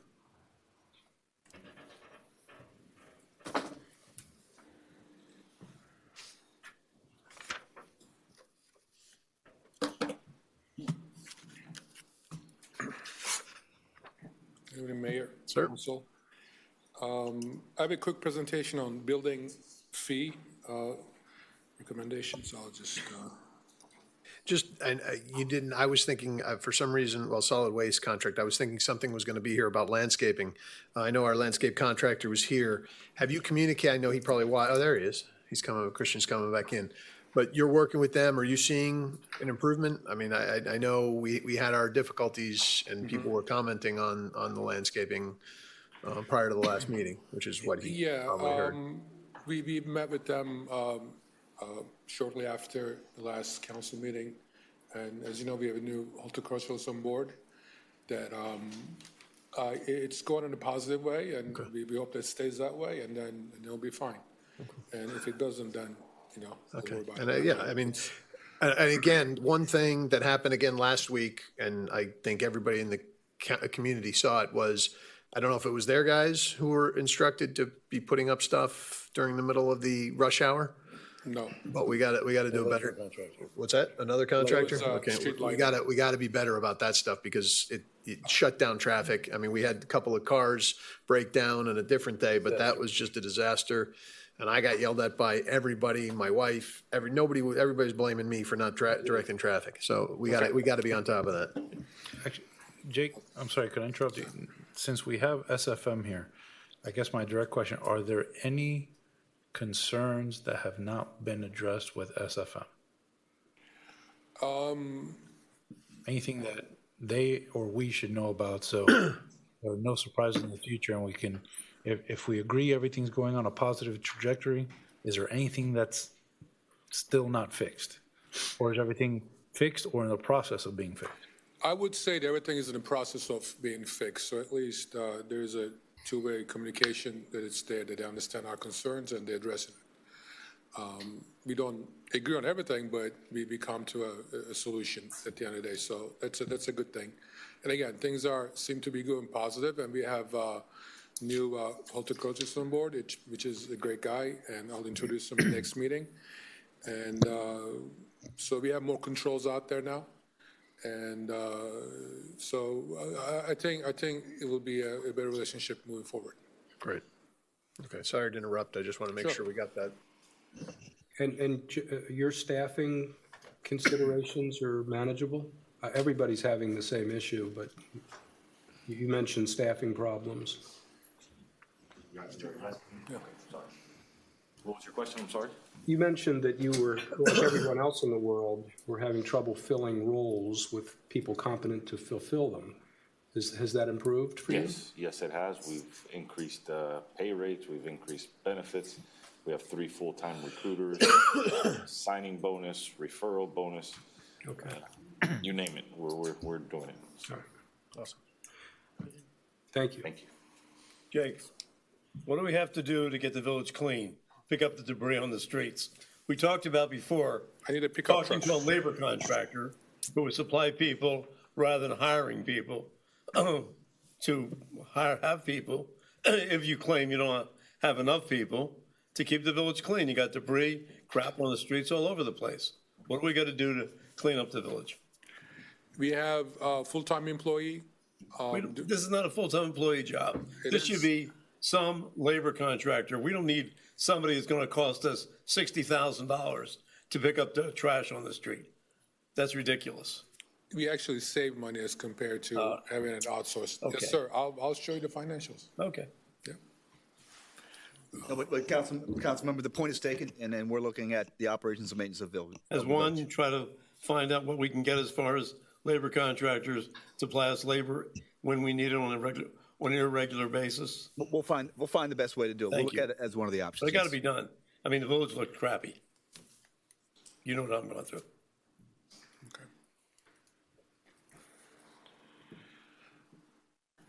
Okay.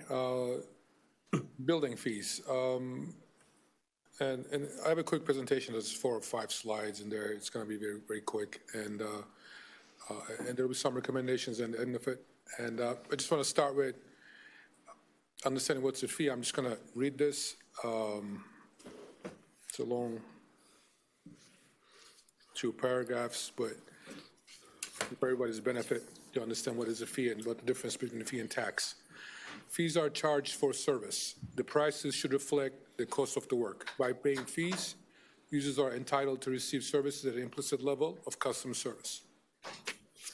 And fees relieve residents of the burden of paying for discretionary services they do not use while charging the individuals who do use the services. So the key word here being discretionary. Building department has its own building revenues, and that's how we operate, and the goal is to be fee neutral. And again, it is funded by the people that use this discretionary service, not by the taxpayers. Building division expenditure summary. Approved 22 budget is, for the building division alone, is $1.756 million. And in the bottom, you will see indirect expense, and I'll explain what that is. Building department uses the village manager's office. We use finance. We pretty much keep 2/3 of our information technology busy, attorney, clerk. So because it's an enterprise fund, we feel that there's indirect expense that's built into the permit fee, and we should reimburse the general fund back. Back in 2017, when JRD did the analysis, they interviewed the entire village personnel and came up with percentage that each department contributes to building department to have their operations running. And based on their analysis, the entire administration's 12.7% of the entire administration budget goes to a building division. Again, that's manager, finance, HR, and IT. So that's about $360,000. Village attorney, it's about $26,000 a year. Village clerk's at 2% for about $8,000. And the subtotal of the indirect expense is about $395,000, and the total, grand total of the building division expense, including direct and indirect, is $2.15 million. In this slide, we wanted to show the trend of the building department, its expenditures, and revenues, and reserves. In 2015, ended with $1.4 million in reserves. In 2016, on top of that, we added additional $800,000, and then we ended with $2.2 million. In 2017, that went down to, we deflated about $1.1 million out of reserves, and at the end of the year with $1.1 million in plus. And that happened because there was a council directive was given on February 22, 2017 to reduce building fees from 7% to 70 cents per square foot. So that deflated our reserves to $1.1 million. Moving forward, 2018, we played another $580,000, and then our ending balance was $575,000. And in 2018, April 23rd, 2018, the new schedule was taken effect. And at that time, basically, just two major things: 2.3% of the value of construction, or $1.30 per square foot. In 2019, we ended the year with $221,000 in reserves. And 2020, we actually used all our reserves, and we completed the year with $563,000 in red. And 2020 being a COVID year, so there's a big difference between our revenues and expenditures. And 2021, the work picked up, and we ended the year with $151,000 in red. So the overall, this year we started, the fiscal year 22 started with, we are in $151,000 in red, and we're trying to get out of there. And in this chart, I have comparison of the activities from 2019 to 21. The reason we skipped 2020 is an interesting year. It's a COVID year, so you can't really rely on the data. And half of the year, the department was shut down. And we were trying to be resilient and trying to operate within the COVID conditions. Some quick analysis. 2019 to 21 comparison, the permit activity increased about 30%. So we had 946 permits. Again, this is just for the single family and multifamily commercial. The building permits doesn't include trade permits. We saw about 30% increase on the permit activity. We saw 58% increase in the construction value. So 2019, we had about $50 million in construction value, and then 2021, we had $98 million. And also one of the numbers I looked at, I tried to compute the construction value, average construction value per permit, and that increased 51%. As you can see, the numbers are not linear. You would want to see 30% increase on the permit activity with the 58% increase in the construction value. You'll see it double almost, because that's one of the reasons is we are looking at the building fees more strictly. We are holding contractors truthful to the actual value of the work. We are looking more closely to each job and evaluation. And on top of everything, the cost of construction went up too. So that's why you see 58% increase on construction value. Recommendations. Again, looking at years back, the building fees stayed the same, but the past 4 years, we saw an inflation. 2019, the consumer price index was 3.5%, 2020, 2.2%, 21 was flat 0, and then 22 is 4%. So cumulative is actually exactly 10% when you compare last 4 years. And our recommendation will be to establish that the village's permanent inspection fees are indexed to the consumer price index to avoid periodic jumps in fees. Again, looking back to 4 years, we'll be recommending 10% increase on all fees across the board for building, zoning, and planning, and public works permits. The second recommendation will be increase minimum permits fee to $150 from $100. Current existing permits fee for each trade is $100. For example, let's say you want to have a plumbing permit and a single trade, regardless of the job value, you have to pay $100. Average hourly rate to operate the department is $104. So each person's 1 hour average cost to the village, including direct, indirect expense, $104. So it's impossible to issue a permit and inspect all and done in 1 hour. So approximately takes about 2 to 2.5 hours of effort of each inspector. even the smallest permit. So that's why we are recommending increasing minimum permit fee for trades to $150 from $100. And the third recommendation is going to be, we want to eliminate $18 technology fee. So currently there's $18 technology for each master permit. It charges on addition to once all the permit fees are calculated. What we want to do is eliminate this because we are asking for indirect expenses rolled into the fee, which includes the IT and technology. So essentially, it's an increase actually not from $100 to $150, it's $118 to $150 per permit. So these are the three recommendations that we'll be looking to make. Now, if we do go forward with these two recommendations, for the next year, we project that we will bring about $2.186 million in revenues. And again, looking at it, the total expense is going to be $2.151 million versus projected revenue of $2.186. I'm thinking we're going to have $35,000 in excess to put towards reserves, and then we will use those reserves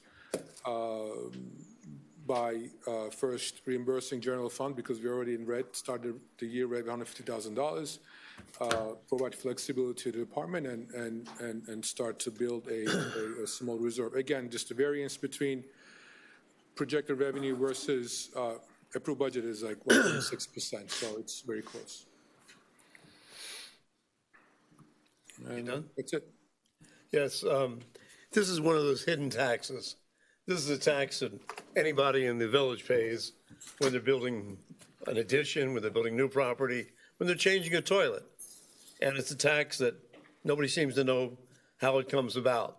And we keep talking about the revenue, but how about the expenses? What have you done to look at the expenses in the building department and say, are these the most efficient way of running the building department? Is it the proper staff? Do we have the proper overhead? Where are we on that? And then, I brought it up before, I'll bring it up again. We make every person who wants to build a new home spend somewhere between $3,000 to $8,000 or more to hire a threshold inspector, which is not required by the state building code.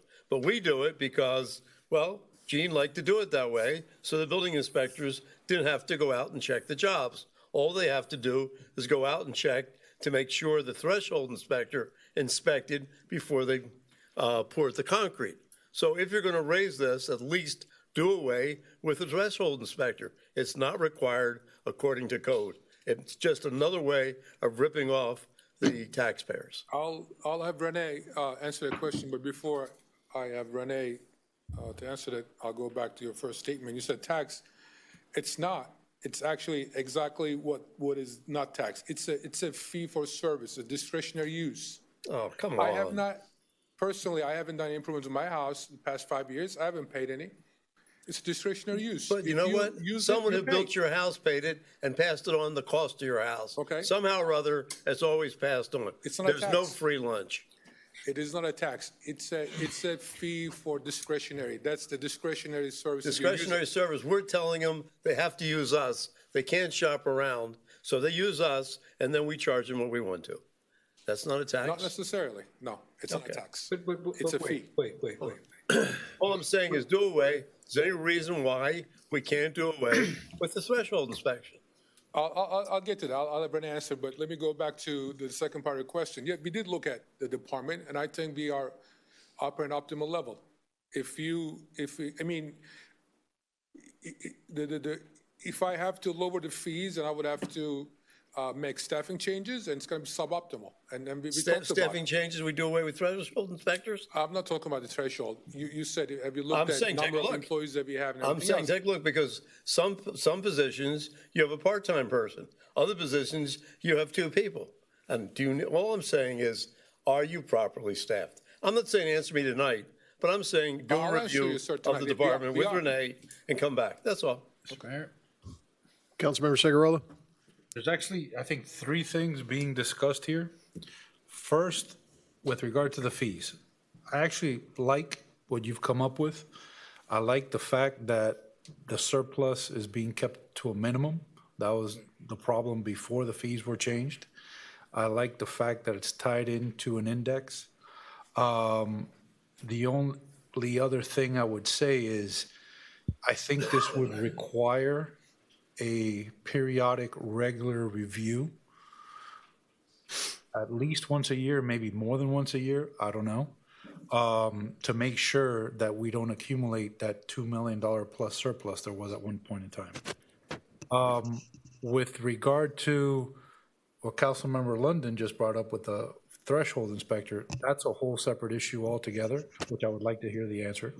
Yeah. And with regard to the second thing Councilmember London brought up, I see his point, but I don't think that directly applies to the conversation we're having about the fee. This fee is to cover what's there now. If what we want to discuss is whether what's there now is the best, then that's a whole separate conversation that we have to schedule a meeting for, to do, again, an audit of your department, basically. But for what you're presenting, I like the minimal surplus, and I like the fact that it tracks something.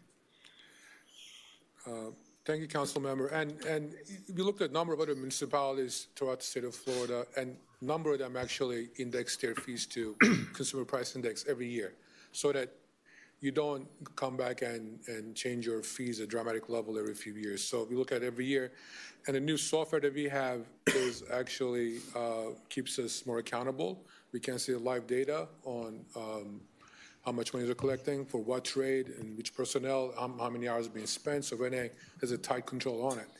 And that's the reason, actually, the past year, we're able to recoup some of the money and then pay back general funds. We started, let me just go back,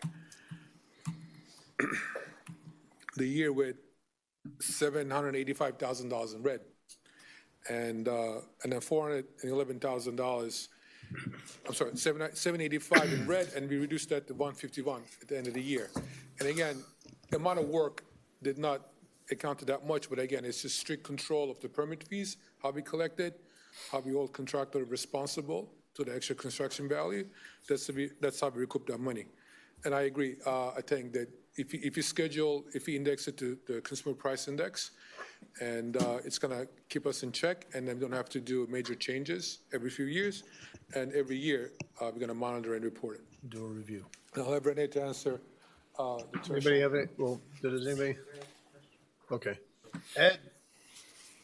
While we're waiting for Ed, would I be right in reaching this understanding? The reason we tried to right-size or alter these fees is to eliminate this whole function as a profit center. Exactly, sir. And to pay for the expenses associated with this very work. Yes. Just as you said. Yes. Yes. And it would be right to understand that the level that we set the fees at was sensible, it worked, but for the decline in activity, and you still have your fixed expenses that still have to be paid, and there was just less activity, therefore less revenue, right? Right. That's an accurate takeaway? Yes, sir. Okay. And one of the key takeaways, again, I want to highlight this indirect expense on administration, attorney, and clerk. Again, I'm going to give you information tech IT department. We keep about 80% of IT busy. And that's because we could have kept them 100% busy, but they have to work for other departments too. So we are very needy. And right way to do is to reimburse the general funds for the service that we use, because it's directly related to building permit fees, again, discretionary use. Mm-hmm.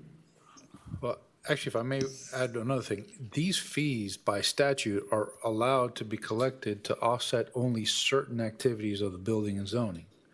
The problem that there was several years ago was that the fees were being collected and being amassed, and by statute, there has to be some sort of decision.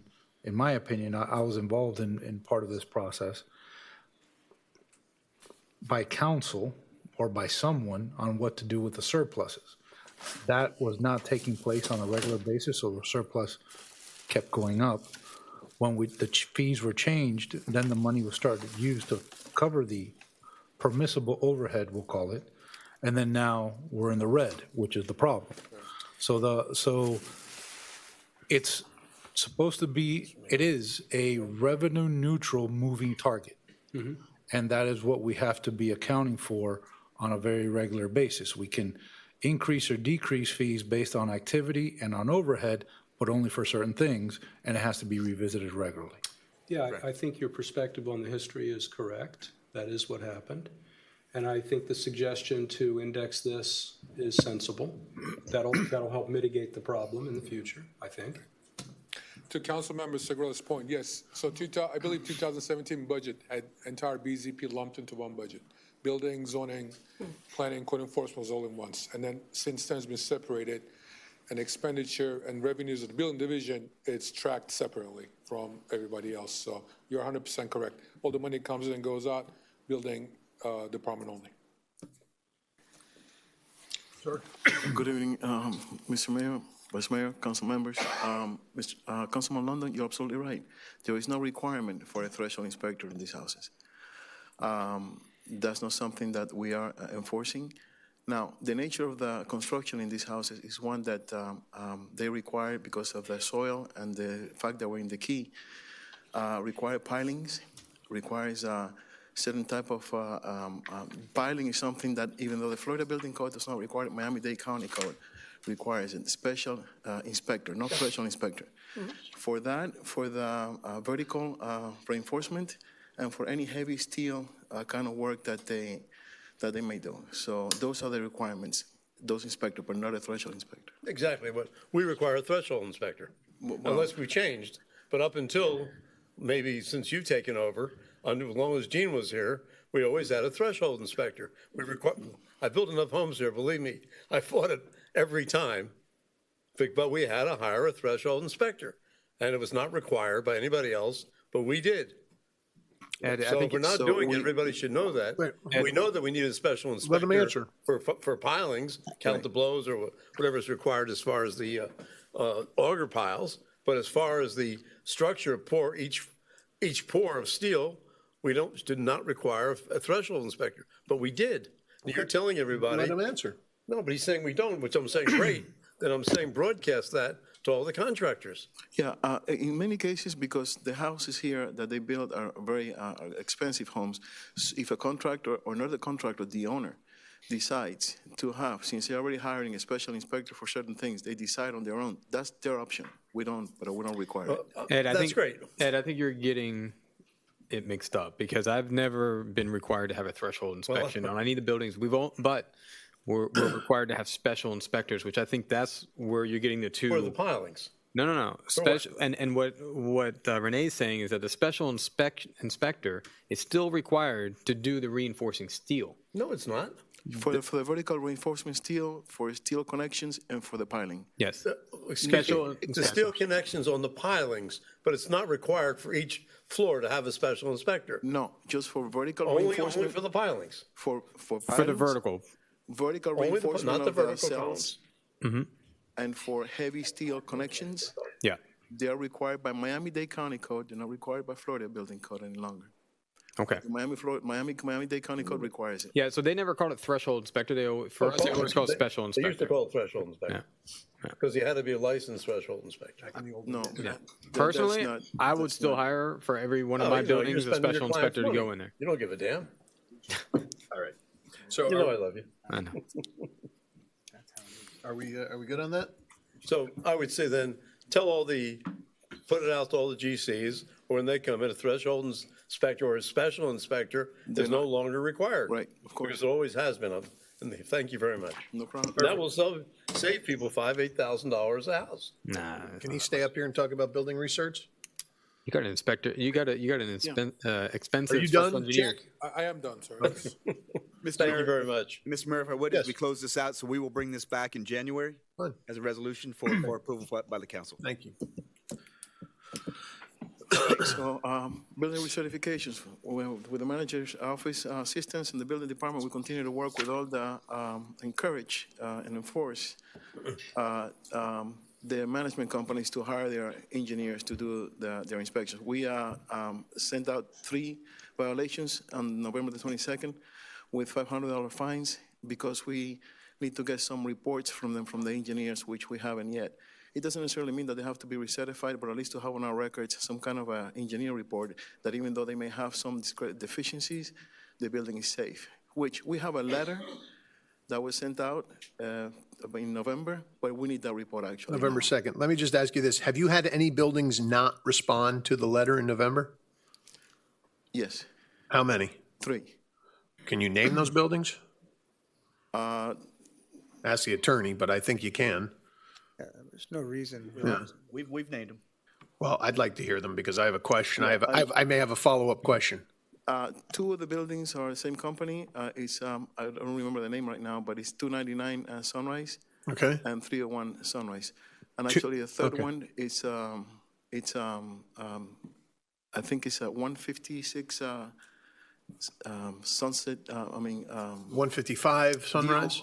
No. Renee, make sure you get this right. Yeah, No, let's not. It's Seaview Drive. I'm sorry. Seaview Drive. Yeah, and I spoke to that management company. Oh, but you've spoken to the management companies. You've been in touch with all of the buildings. I just want to make sure. In the first 2, all of them. Because there was a building that I used to represent back before I was mayor, and I just today received the November 2nd letter, and I wanted to make sure that if we've got somebody, you send a certified letter to my old address, and I just want to make sure that there are no buildings that are kind of losing out. But if you've spoken to every management company, then that's fine. I'm talking to all the management Great. companies. Okay. Well, and if they're not responding, I just didn't want anybody getting stuck with fines and not knowing they're getting stuck with fines. That's my concern. But as long as we've had the conversations, then stick them with the fines. Right. And okay. we sent 13 letters at the beginning, letting them know what was going to happen.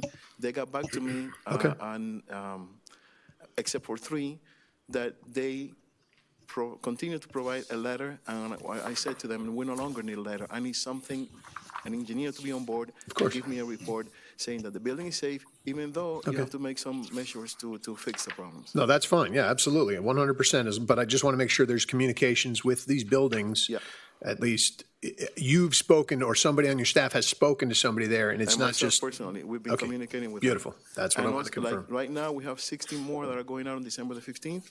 And I'm still talking to them because my hope is that by December the 15th, this communication will reduce it to nothing. And then we won't have to issue the violation if we have those reports. And again, all they have to do is provide us the report from the engineer. No, I get it. I understand what you're trying to do. That's what we want you to do. We want to make sure people are in compliance. I mean, these buildings are important. The people are important. The buildings aren't so much.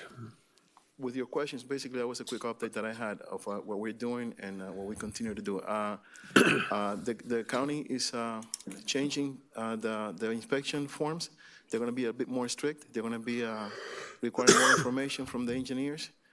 That's, don't know necessarily when it's going to happen. It might just start the 1st of January. They'll get back to us on that. And also, just to let you know one more thing, this is going, today we had a meeting with the Icc Virtual Meeting, and they are considering making that at a national level part of property management code, which the property management code will bring into consideration all the things that they got to do to keep this building safe. Good. Thank you. Okay, thank How you. are we doing in septic tank conversions? That part I'm not involved. I will have to, but I think we have. Before we turn back to Jake, though, I want to make sure you make it clear to the council that after the first nominal fee of $500, we give them 30 days and then we turn it into the unsafe structure. Make sure that's clear to the council. Right, yeah. It's with a condition of in 30 days. If they still don't comply, even though they pay the fine, they will be reported to the unsafe structure of Miami-Dade County. Excellent. Thank you. Jake, do you have numbers on septic otherwise besides 28 outstanding? I think the number is still the same. Okay. So we have 28 outstanding at this time. Keep going. Push them. Down from 32 a month and a half ago. Well, let's keep going. Next, Todd. Good evening, Mayor and Council. To your point, the tree lighting, that was awesome. You guys did such an amazing job. Everybody loved it. Not to go on a negative, but the actual lighting of the trees in the street, that was my area. It's been communicated. It won't happen again. What happened?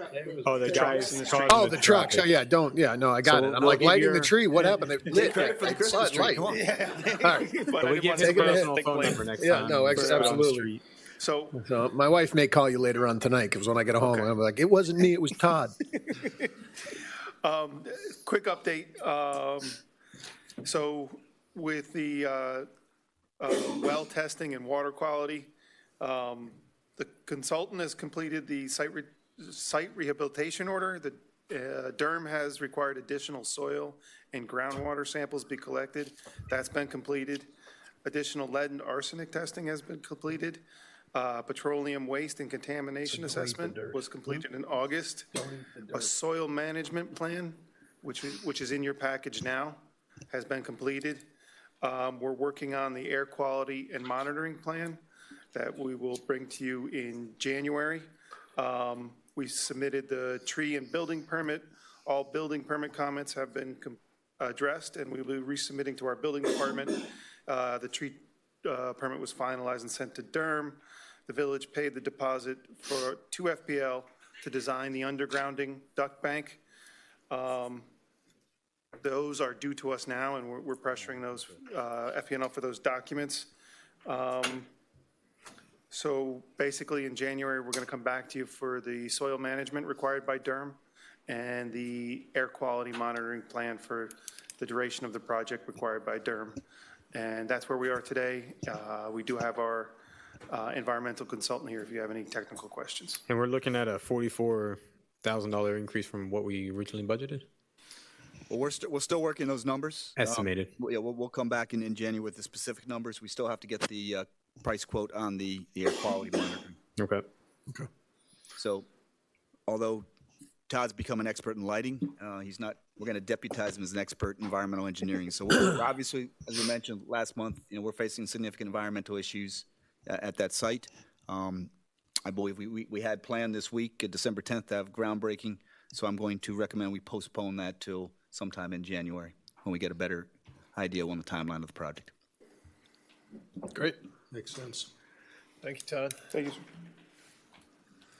So you're postponing December 10th? Yes, sir. Yes. Well, we're not postponing to December 10th, just the event. December 10th is going to come right after the 9th. Postponing Regardless. the December 10th event. Right? Exactly. Yes, sir. Okay. Next up, Roland, Dr. Samimi.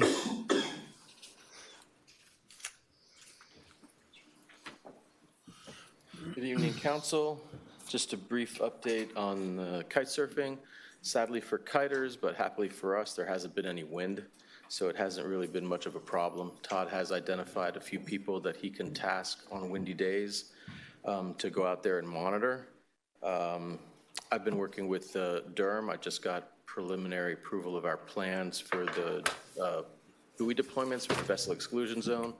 I'm waiting on DERM and their biological opinion because they are delegated to by the Army Corps of Engineers for doing the biological assessment of potential impact. That's still pending. We received our final cost estimate from one of the contractors that we're considering using. Their estimate came in line with what we budgeted. So we're just waiting on the final permitting to be completed, and then we can go ahead with deploying those regulatory buoys. Todd and I are reviewing the proposal that was presented to us as a possibility of using Miami kiteboarding to do the beach monitor part of the equation. We haven't quite decided how we want to assemble that. So we're meeting tomorrow to kind of finalize that and move and decide with the managers to what we want to do in that capacity. And as far as kiting is concerned, that's pretty much where we're at. Okay. Thank you. All right. Mr. Mayor, since we are on the topic of the beach, I just want to let you know, as you know, we are in the Coastal Storm Risk Management Plan, the Corps of Engineers program. We are still within the 30-day window for comments, and we will report our comments back with Miami-Dade County this Friday. Good. And I'll provide a copy to the council. Please. Yeah. Thank you. Next item, solid waste contract update.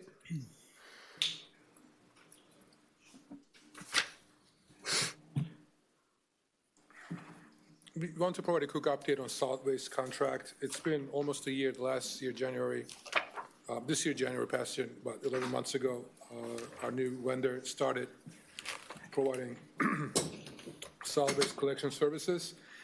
And again, we had some hiccups on the way, but I think we're going towards the right direction.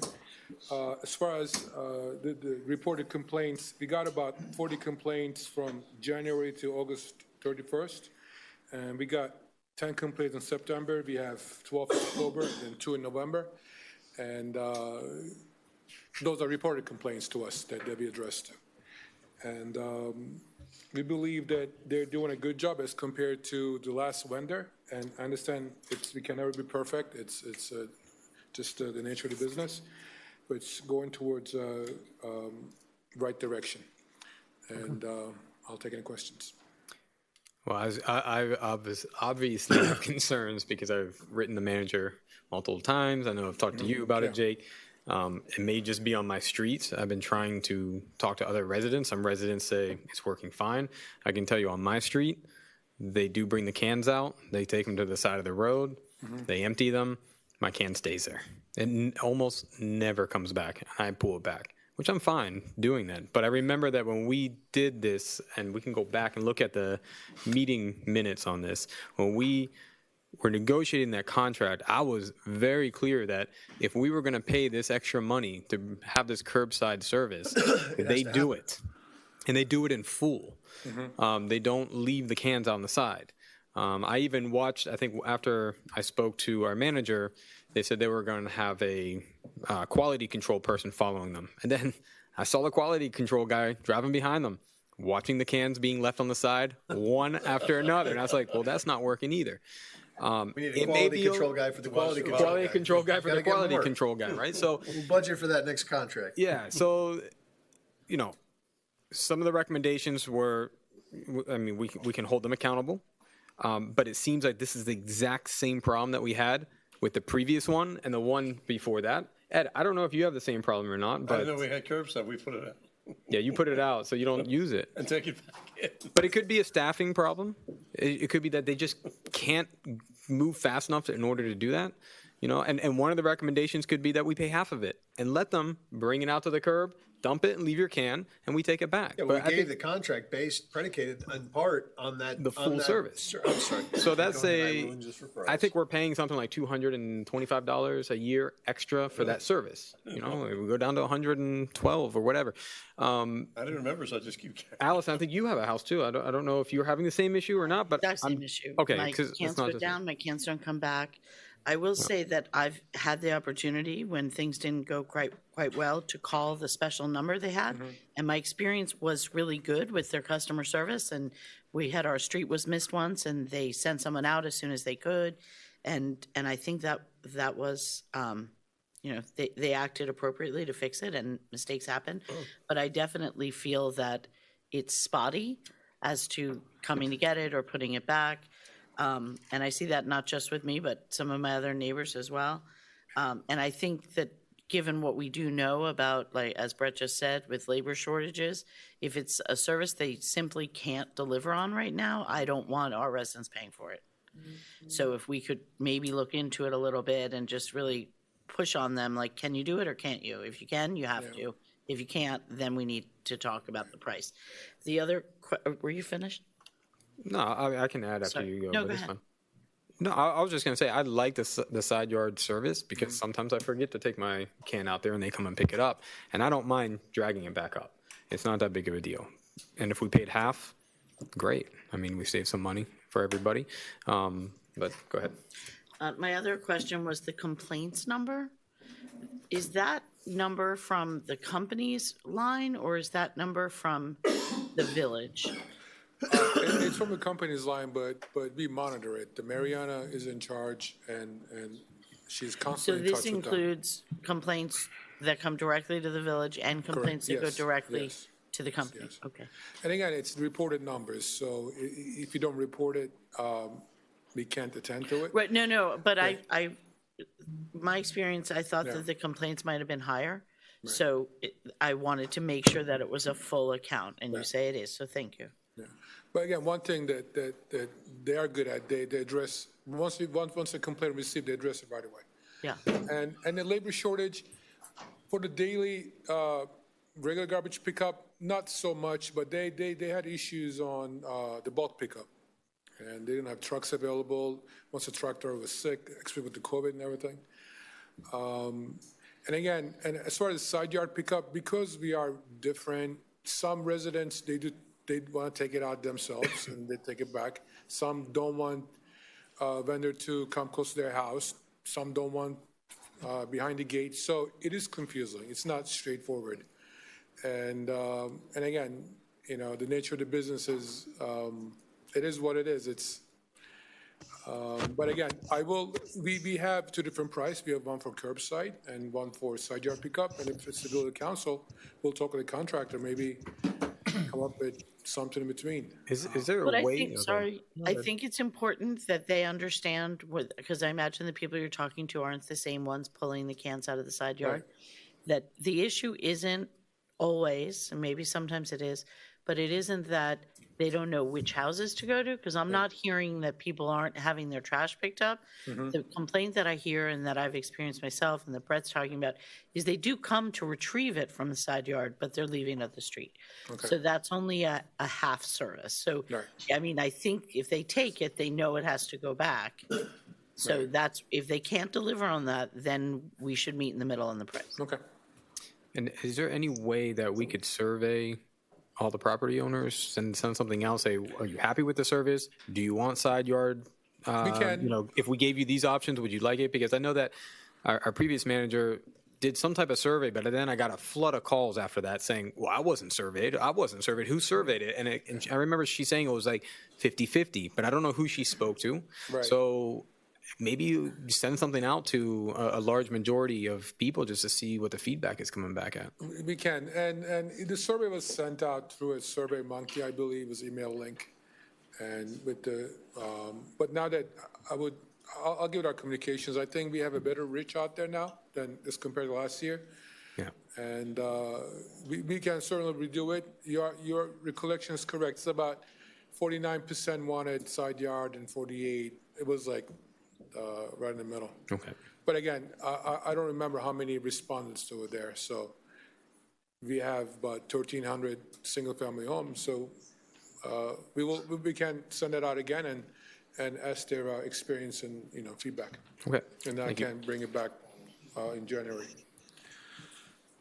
So, Vice Mayor, what we'll do is, we did this, I want to do this first initial, after our conversation and review of complaints. Obviously, the complaints are not there, but perhaps they don't know this is the service they're supposed to get. So what we'll do is we'll do two things. We'll do a survey, and we'll also go out and just do we'll do a quality control of the quality control. Okay. As was mentioned before. Now, we'll go out, get some eyes on the ground. Follow the quality control guy to make sure he's quality controlling the. Perhaps. We'll just call it quality assurance. So. Quality assurance. But we'll get some folks out to watch, at certain times during the week. Okay, thank you. Mr. Manager, I'll move on to CIP. Next item.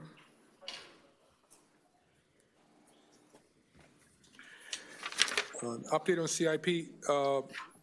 We have 28 projects this year. As of this reporting, we have 7 projects in planning, 2 in design, 7 in procurement, 1 in permitting, 2 in construction, and 1 completed. And kudos goes to Todd. That's the Calusa Park Trail. He completed. So he got the first one done. Just a quick highlight on the projects. Paradise Park, again, Todd gave the council an update earlier. Lake Park Gazebo is moving forward. It's about, let's see, what we said in here, 90% done. It's getting there. Beach Park Sewer Extension, it's, again, it does show 90%, but actually the construction is going to happen. It's just in I believe the second week of January, it's going to be done. And we had a pre-construction meeting with Miami-Dade County and our staff, and we want to do it right after the holidays so we can get Beach Club off septic tank. Beach Park renovations. Last week we had a second community engagement meeting. There were a number of people in attendance, and we solicited feedback from the community. And there were about 5 design options that we discussed. And And with tomorrow's Village Connect, all those design options, the PDF documents will be sent out to residents to receive additional feedback. And I believe once we get the feedback, we're thinking very likely the February meeting, we'll have 2 or 3 site plan options for council to review and make a decision.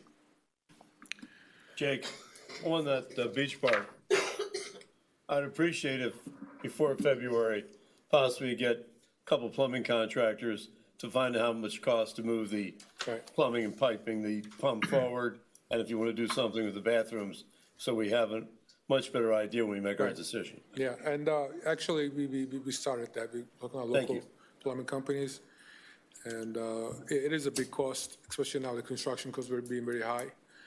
And we're looking at those and going to have good cost estimates.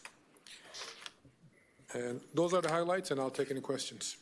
So in the beach park, when you're talking about moving the bathrooms, that will be an option that we can look at based on how much it costs and whether we want to do that or not. Correct. So one of the things was to possibly demo 2 buildings, two ladies' room and men's room, and relocate them in the gazebo. There's a room, there's a plumbing there. And again, we'll look at the cost and see what's feasible. Other option would be get rid of one of the bathroom facilities and then convert, divide the other one is in health ladies' room and men's room. And what was the reasoning for doing either of those? Because it seems like it's a lot of expense. The first purpose was to, when you walk into Beach Club, you want to see the ocean. So it's kind of blocked. Your view is very blocked as you walk into the concrete pad, the sidewalk. You look at the bedroom wall. Could you move the sidewalk in a different manner so that could be done without moving a building? It can be done, and that's another option that we're looking at. So it is not necessarily moving, but expanding. Because if you move the sidewalk, the trees on both sides of the sidewalk, the established, looks really nice. It's nice. Yeah. I think also that lawn is used for like kids to play, and it's a nice space. Yeah. Jay, could you also have someone go on the roof? Because to me, it looks like the corrosion of the metal is primarily around the perimeter.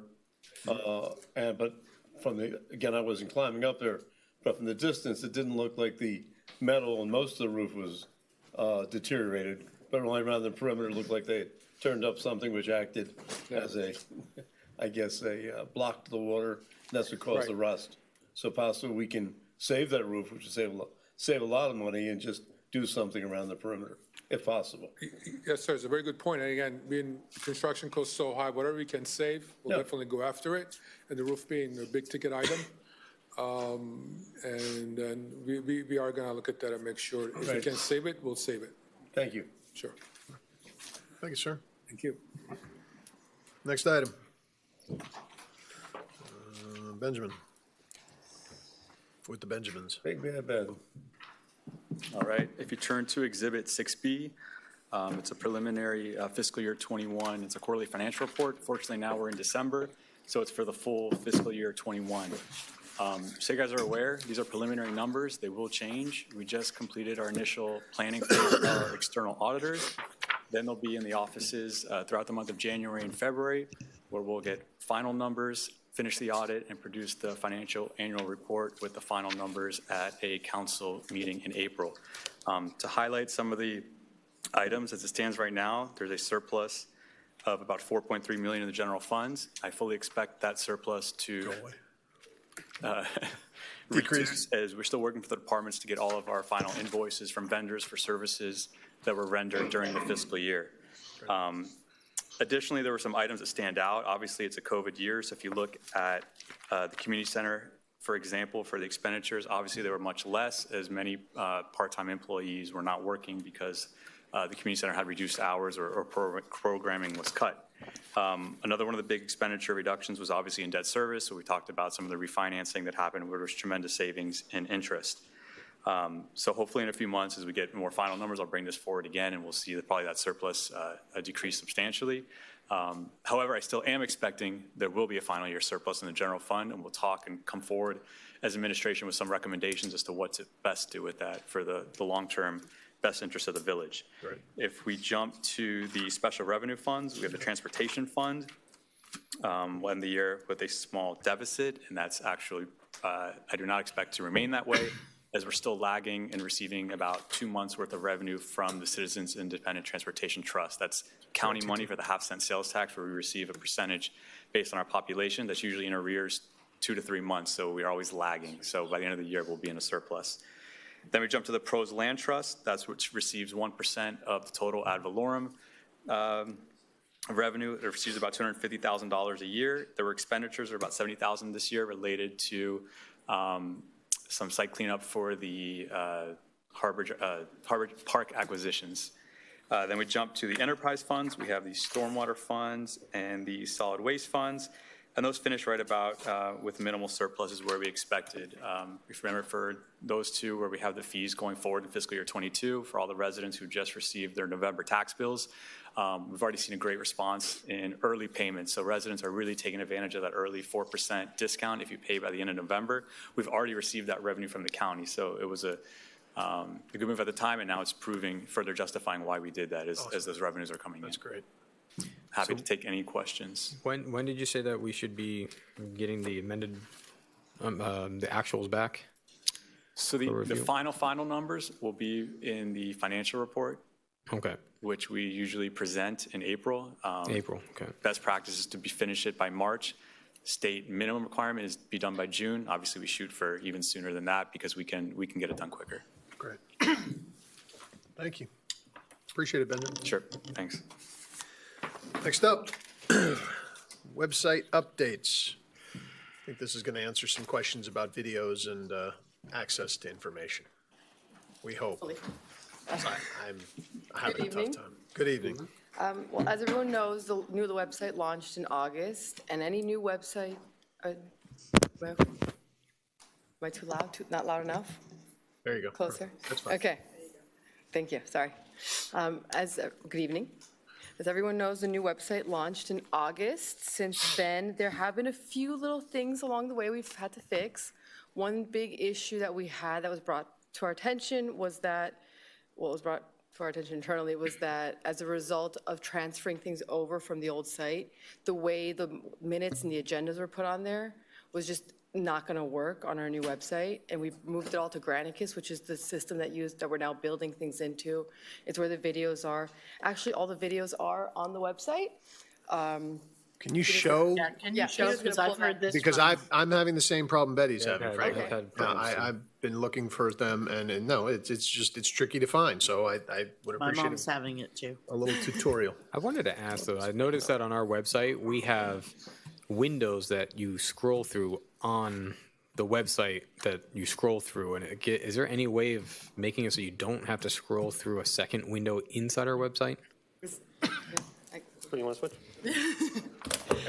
Is that only on the agendas and I page? think that's where I believe see it so. the most. So that's the Granicus iframe. That's the only way to do it. Okay. And what that does allow us to do is in the future, whenever that may be, that we switch to a new website, it'll all already be in that back end system. Okay.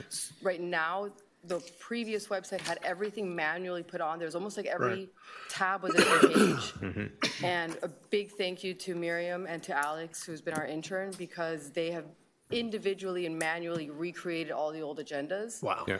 Which is why it's been such a tasking and time-consuming project. They've recreated all of those to then put Now, them on the new okay, website. so can you take meetings and agendas, but we're start How like. did you get there? Yeah, exactly. Let's start with so we're on the keybiscayne.fl.gov. Right now. So basically just simply scroll to your government, meetings and agendas. And make sure that people understand that when you're on the phone, there's 3 little lines that you click to find that To pull find the down. sub-menu. Yeah, some people call it a hamburger. It's like a little orange box. People miss it a lot because you start scrolling right away. Exactly. And that's a little Okay, bit so of a then the trick. meetings are right there, The meetings are right and here. all meetings are there now. Correct. Because I think I came to you guys, I know it was a while ago when I came to you and I was having a problem. I couldn't find the meetings. And actually Yes. they're right there. There's I believe a couple things, just older ones that we're still updating. Great. And in the meantime, we do still have the bars, the click here bars that go just to the old website. Okay. And that's just a safeguard until we get everything completely up to date because like I said, we are manually updating and recreating those agendas, which is, And then I think one thing that's really good about it's called Granicus, right? Yes. So one thing nice about that is that when you open up the video, it has the agenda, and you can actually click on the item of the agenda. Will take you directly to that minute of the meeting when it starts. Yeah, I like Which is that really when I nice saw that we that. didn't have before. Right. yes. So, all right, great. And it is, and now that we're doing the agenda packets the way they're doing it, which I think Joe could probably explain a little better than even I could, but it's going to have a similar tab system that the old version had, where you will be able to click. Those already are happening. Excellent. So that's also helpful. Another thing that we changed recently, actually as of last week, is there was a lot of glitches on the phone version. Okay. And we were able to get those corrected really quickly. And that's a great change, because everyone was getting stuck on that. Yeah.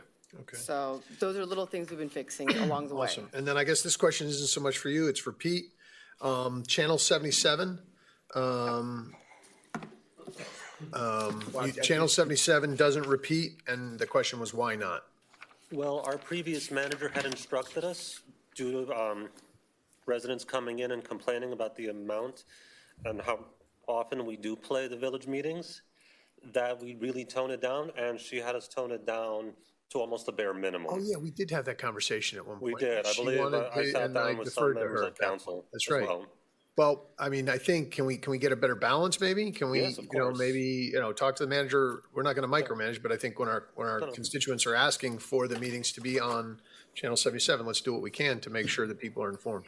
Yes, of course. Yeah, Mr. Mayor, we've had a number of folks who've asked us to do a refresh of Channel 77. Great. We're doing exactly that. I believe we're meeting this Thursday.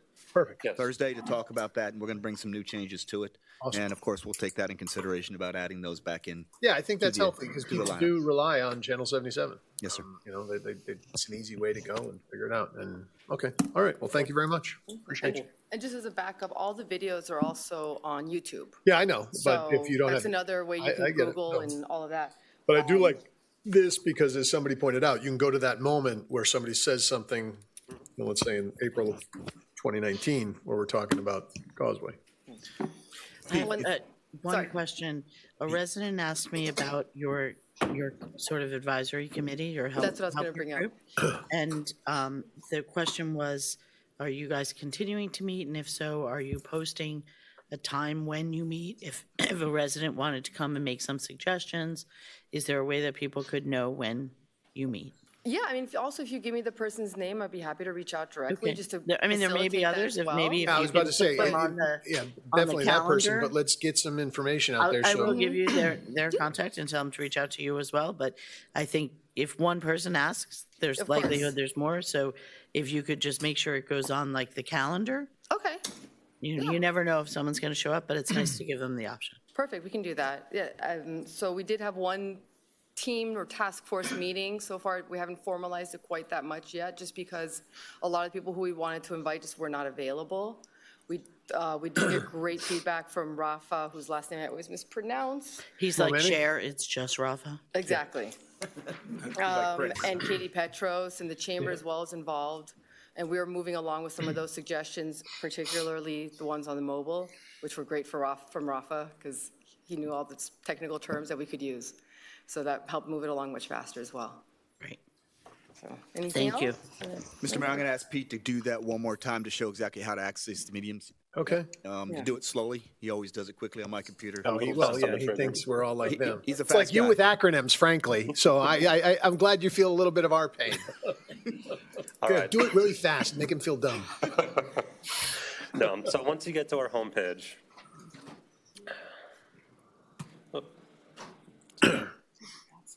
oh no, let me just go back in there. Oh, he's having a tough time. Go.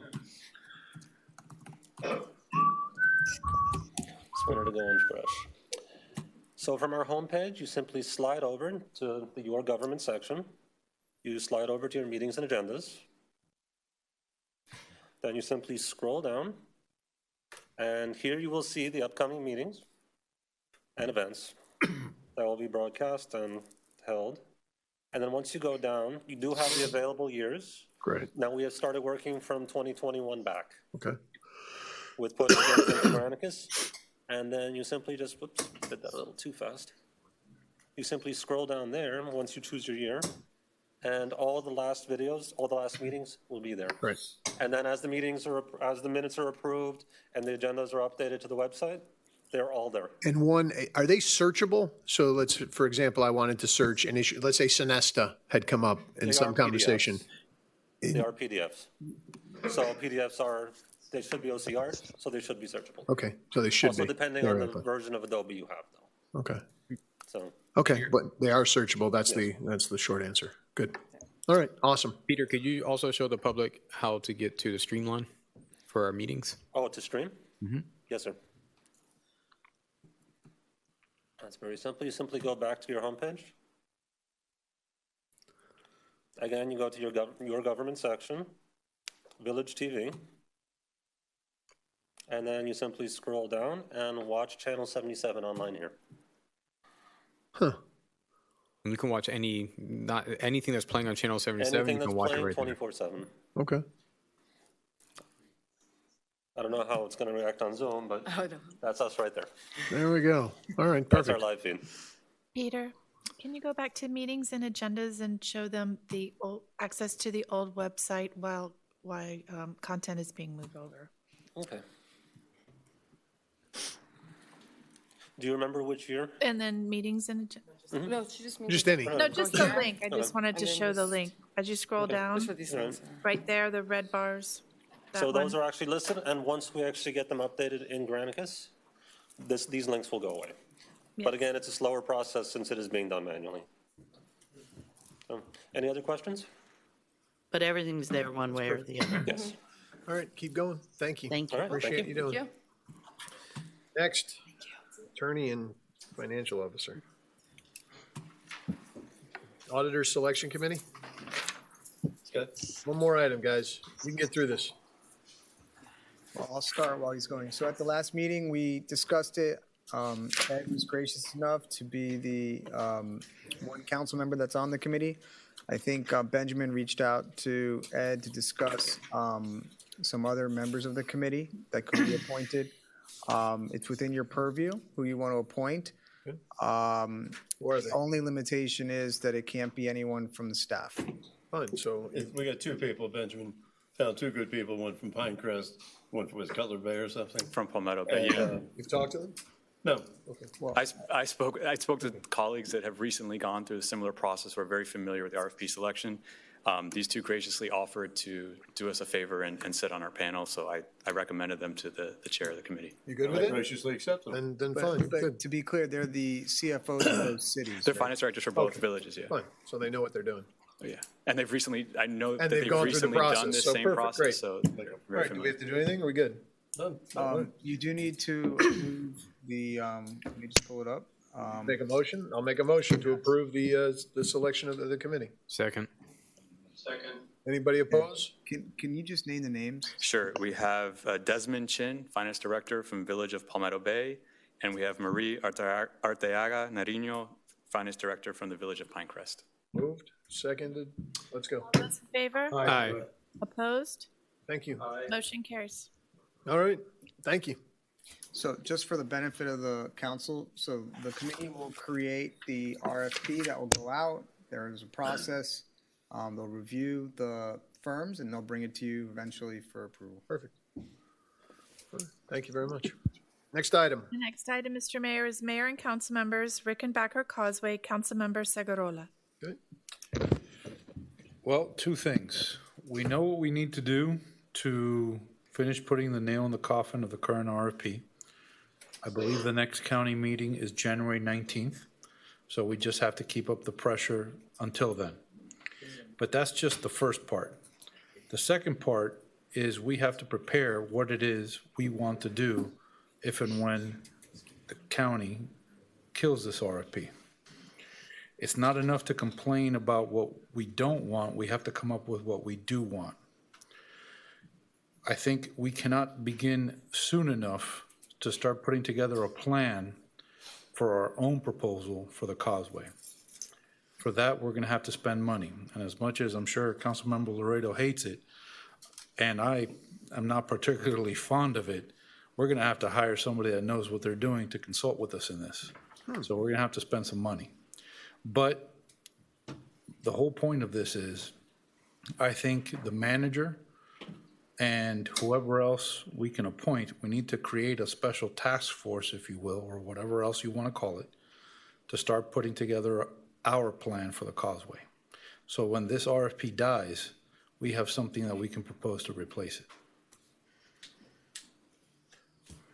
I think that's consistent with our role as key stakeholder. Yeah, that's correct. I think we've done substantial thinking and cogitation and planning prospectively.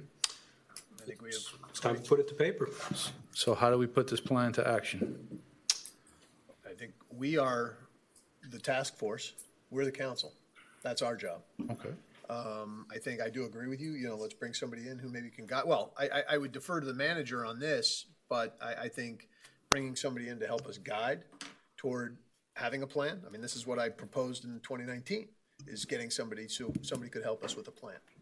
And, you know, I will tell you that having had conversations with Ziskovich and his group, with them over the years, I think we have ideas, but I'd like to bounce them off you guys as to what we need. I mean, my idea is this. We, as the stakeholders, need to develop our needs, then our wants, then accessory uses. Things like priorities. Our priorities have to be in line, because we're going to have to figure out how we're going to pay for all this.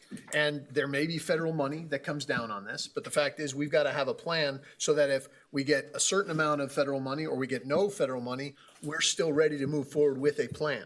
Because I think priority number one in my mind is Bear Cut Bridge. That's number one. Agreed. Then we want to do something. There are two conflicts on Virginia Key, and I've been talking about this for years. There's two conflicts. There's the conflict over the use of Virginia Key by the city of Miami and ourselves and everybody else who wants to use that causeway. And then there's the vehicular traffic and the recreational traffic conflict. And I think both things can be addressed through a design process. I am in favor of an elevated roadway across Virginia Key. I've been talking about it. I think it is the best way to meet our needs. But I think we all have to sit down with somebody who can tell us how much is it going to cost per mile. It's about, what is it, 0.98 miles or something across Virginia Key from Powell to Bear Cut. But we have to figure out what's the cost going to be for us for an elevated, or just, you know, they were talking about raising it for sea level rise. My position with them was that's not sufficient. We need to do something more. But I'm all about it. You guys want to hire somebody? I understand what you're saying, but I consider all that high-level philosophical thinking. I'm thinking more rubber meets the road. Well, that's why we need to bring somebody in. And given his experience in this, I think one of the people we should be talking to is Fausto Gomez, who was here earlier. Yeah, I know. That's not going to happen here. We're the board, and we're the ones who are going to make the decisions. We're not going to talk to one of our residents that has experience. No, we're going to talk to all residents, but we're not going to hire somebody like that. No, We're going to hire. I'm not saying to hire him. I never said the word hire. I said we need to talk to him. Sure. Yeah, of course. We'll talk to everybody involved. He can help us, I'm sure, give us some pointers on what to do and who to talk to potentially hire. We've got, I mean, Gene Stearns was involved in this at the very beginning with me. Yeah, but Gene Stearns was also on the board of directors of Plan Z. So no, he actually wasn't. He was not. He was absolutely not. He was on the website. He was on the website. So was Bruce Matheson, but they had their names taken off. I'm not proposing we hire Bruce Matheson either. Well, but I'm not saying restrict it to one person. I'm saying we go out and we find a pool of people and we implement an actual plan, not have a workshop, not shoot around ideas. We need to hire people, start putting pieces together, start putting finances together, and get this thing going. A workshop, charrettes, that's not going to get us anywhere. If this thing gets killed January 19th, we need to be already moving on our own plan with people and infrastructure to get this thing going. So I don't expect anything's going to be done today, but I would say between now and our next meeting, January 18th, we come back with ideas on what to do. That sounds like a plan. Vice Mayor? You almost spoke, huh? We currently have DPZ working for us on the vision plan, and this is one of the leaders in the world for urban planners. And for us to drop what we want to do. They're qualified to do this, and we already have them hired. I'm not saying I think an option is that we could tie it in, or it could be separated, but they're a qualified firm, and we wouldn't have, I don't know what process we would have to go through to hire somebody, but it could take a lot longer. And we could give them, and they're also going through the stage of going out there, talking to everybody in the community of what they want to see as a vision internally of Key Biscayne. But I don't know if we could branch this out or separate it or have something else occur just for what we want to, what would our ideas be to bring to the table when the county puts this together. Great. Look, I'm all about this. Mr. Manager, can you talk to them? Can we Do get? you want to say something, Councilmember? Can you brainstorm with them on what they could potentially do for us in this? We'll pick the right folks. I'll obviously talk to them. We're currently working with another consultant as well. And obviously, we've been working this for quite a while. Right. And as we're also talking to all of our community members. So if what I'm proposing is that if we can allocate $45,000 to do this, then we can move forward on it. $45,000. I would say that. We're not voting on money tonight. Yeah, I would let's say be clear. Come back with ideas before we allocate right. money. I think if you're gonna, yeah. Okay, but my understanding was we would have something on January 19th. That's what I. No, we're not going to have something on January 19th. It's not possible. Hold on, Councilmember Laredo. Hold on 1 second. Let Segarola, and then you. No, go ahead, Councilmember Laredo. Oh, I'm sorry, Councilmember London next. Councilmember Laredo, go ahead.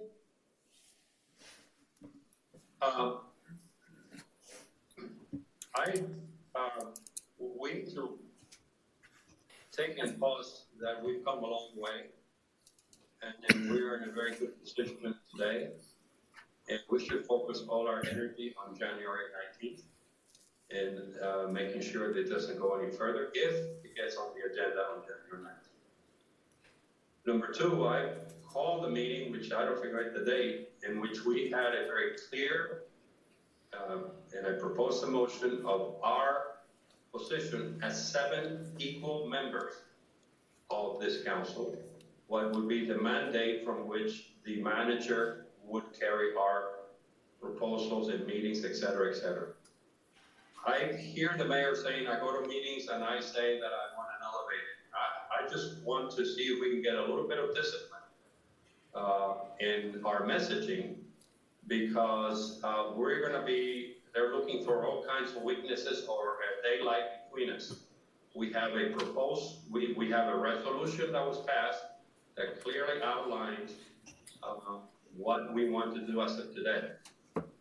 And we should stay on our lanes. I don't think any one of us, whether a mayor or a councilman, who has equal power on this 7, be out there in meetings talking about what their preferences is. If that's what's happening, then we better stop, because that's going to come back to haunt us. No. I'm not going to anybody outside of this council. And I would rather we concentrate on killing it. Agreed. And then revisit. I think that Mr. Moss's idea is not a bad idea to have somebody who already has his online, and perhaps that is a conversation I would like to have after the 19th.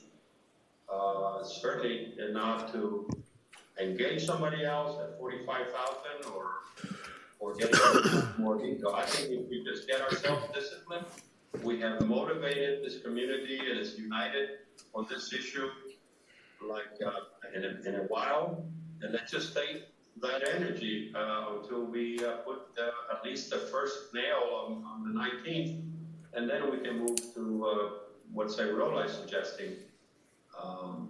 I hate to diffuse our message and our energy, celebrating a victory that is still not 100% ours.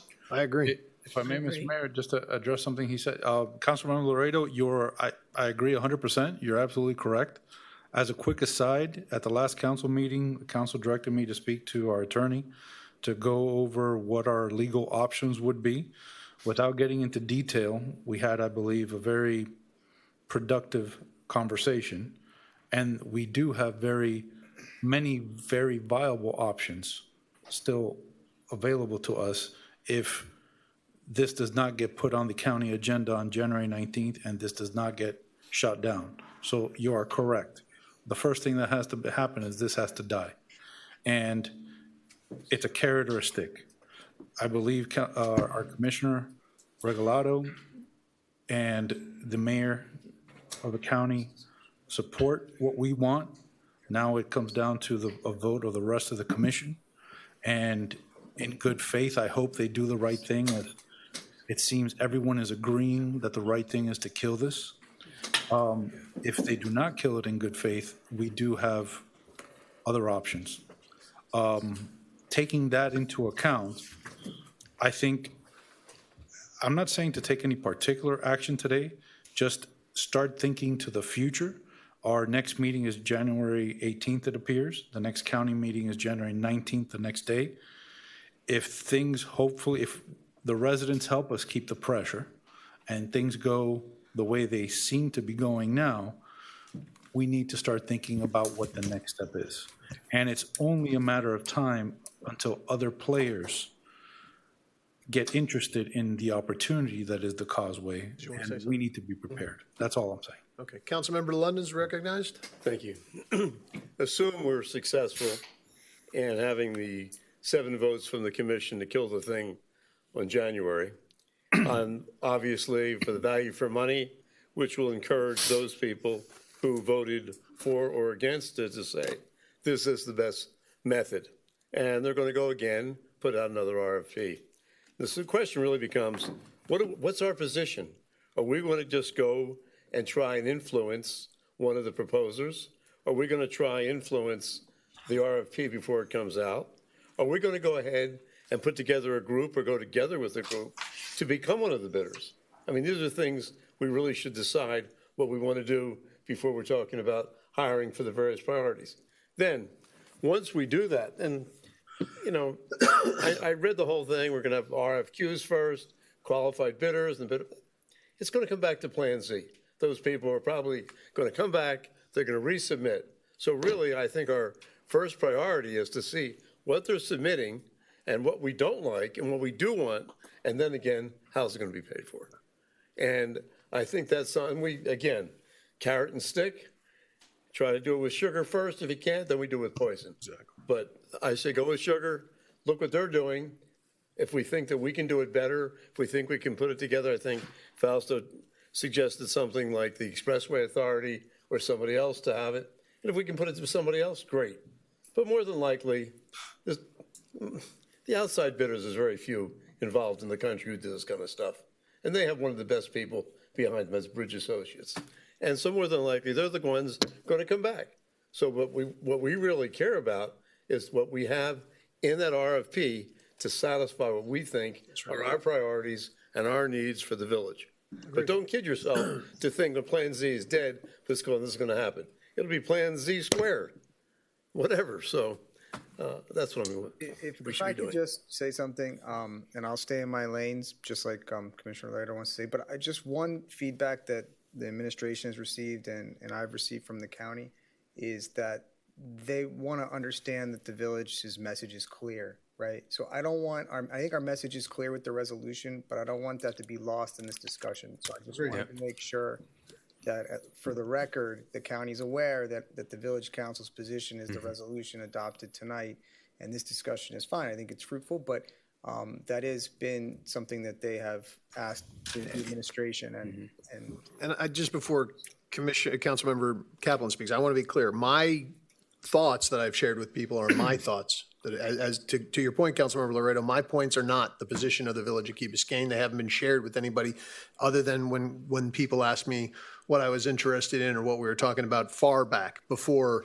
the debacle in July or June. Councilmember Kaplan, any words? But my point is, Mr. Mayor, is that I'm not accusing you of doing anything. Is that you are one of us. Correct. I like to think so. Councilman, we have to stay on the lane. I agree. We can do damage without intending it. That's all. Correct. And they're looking for all kinds of the daylight among us.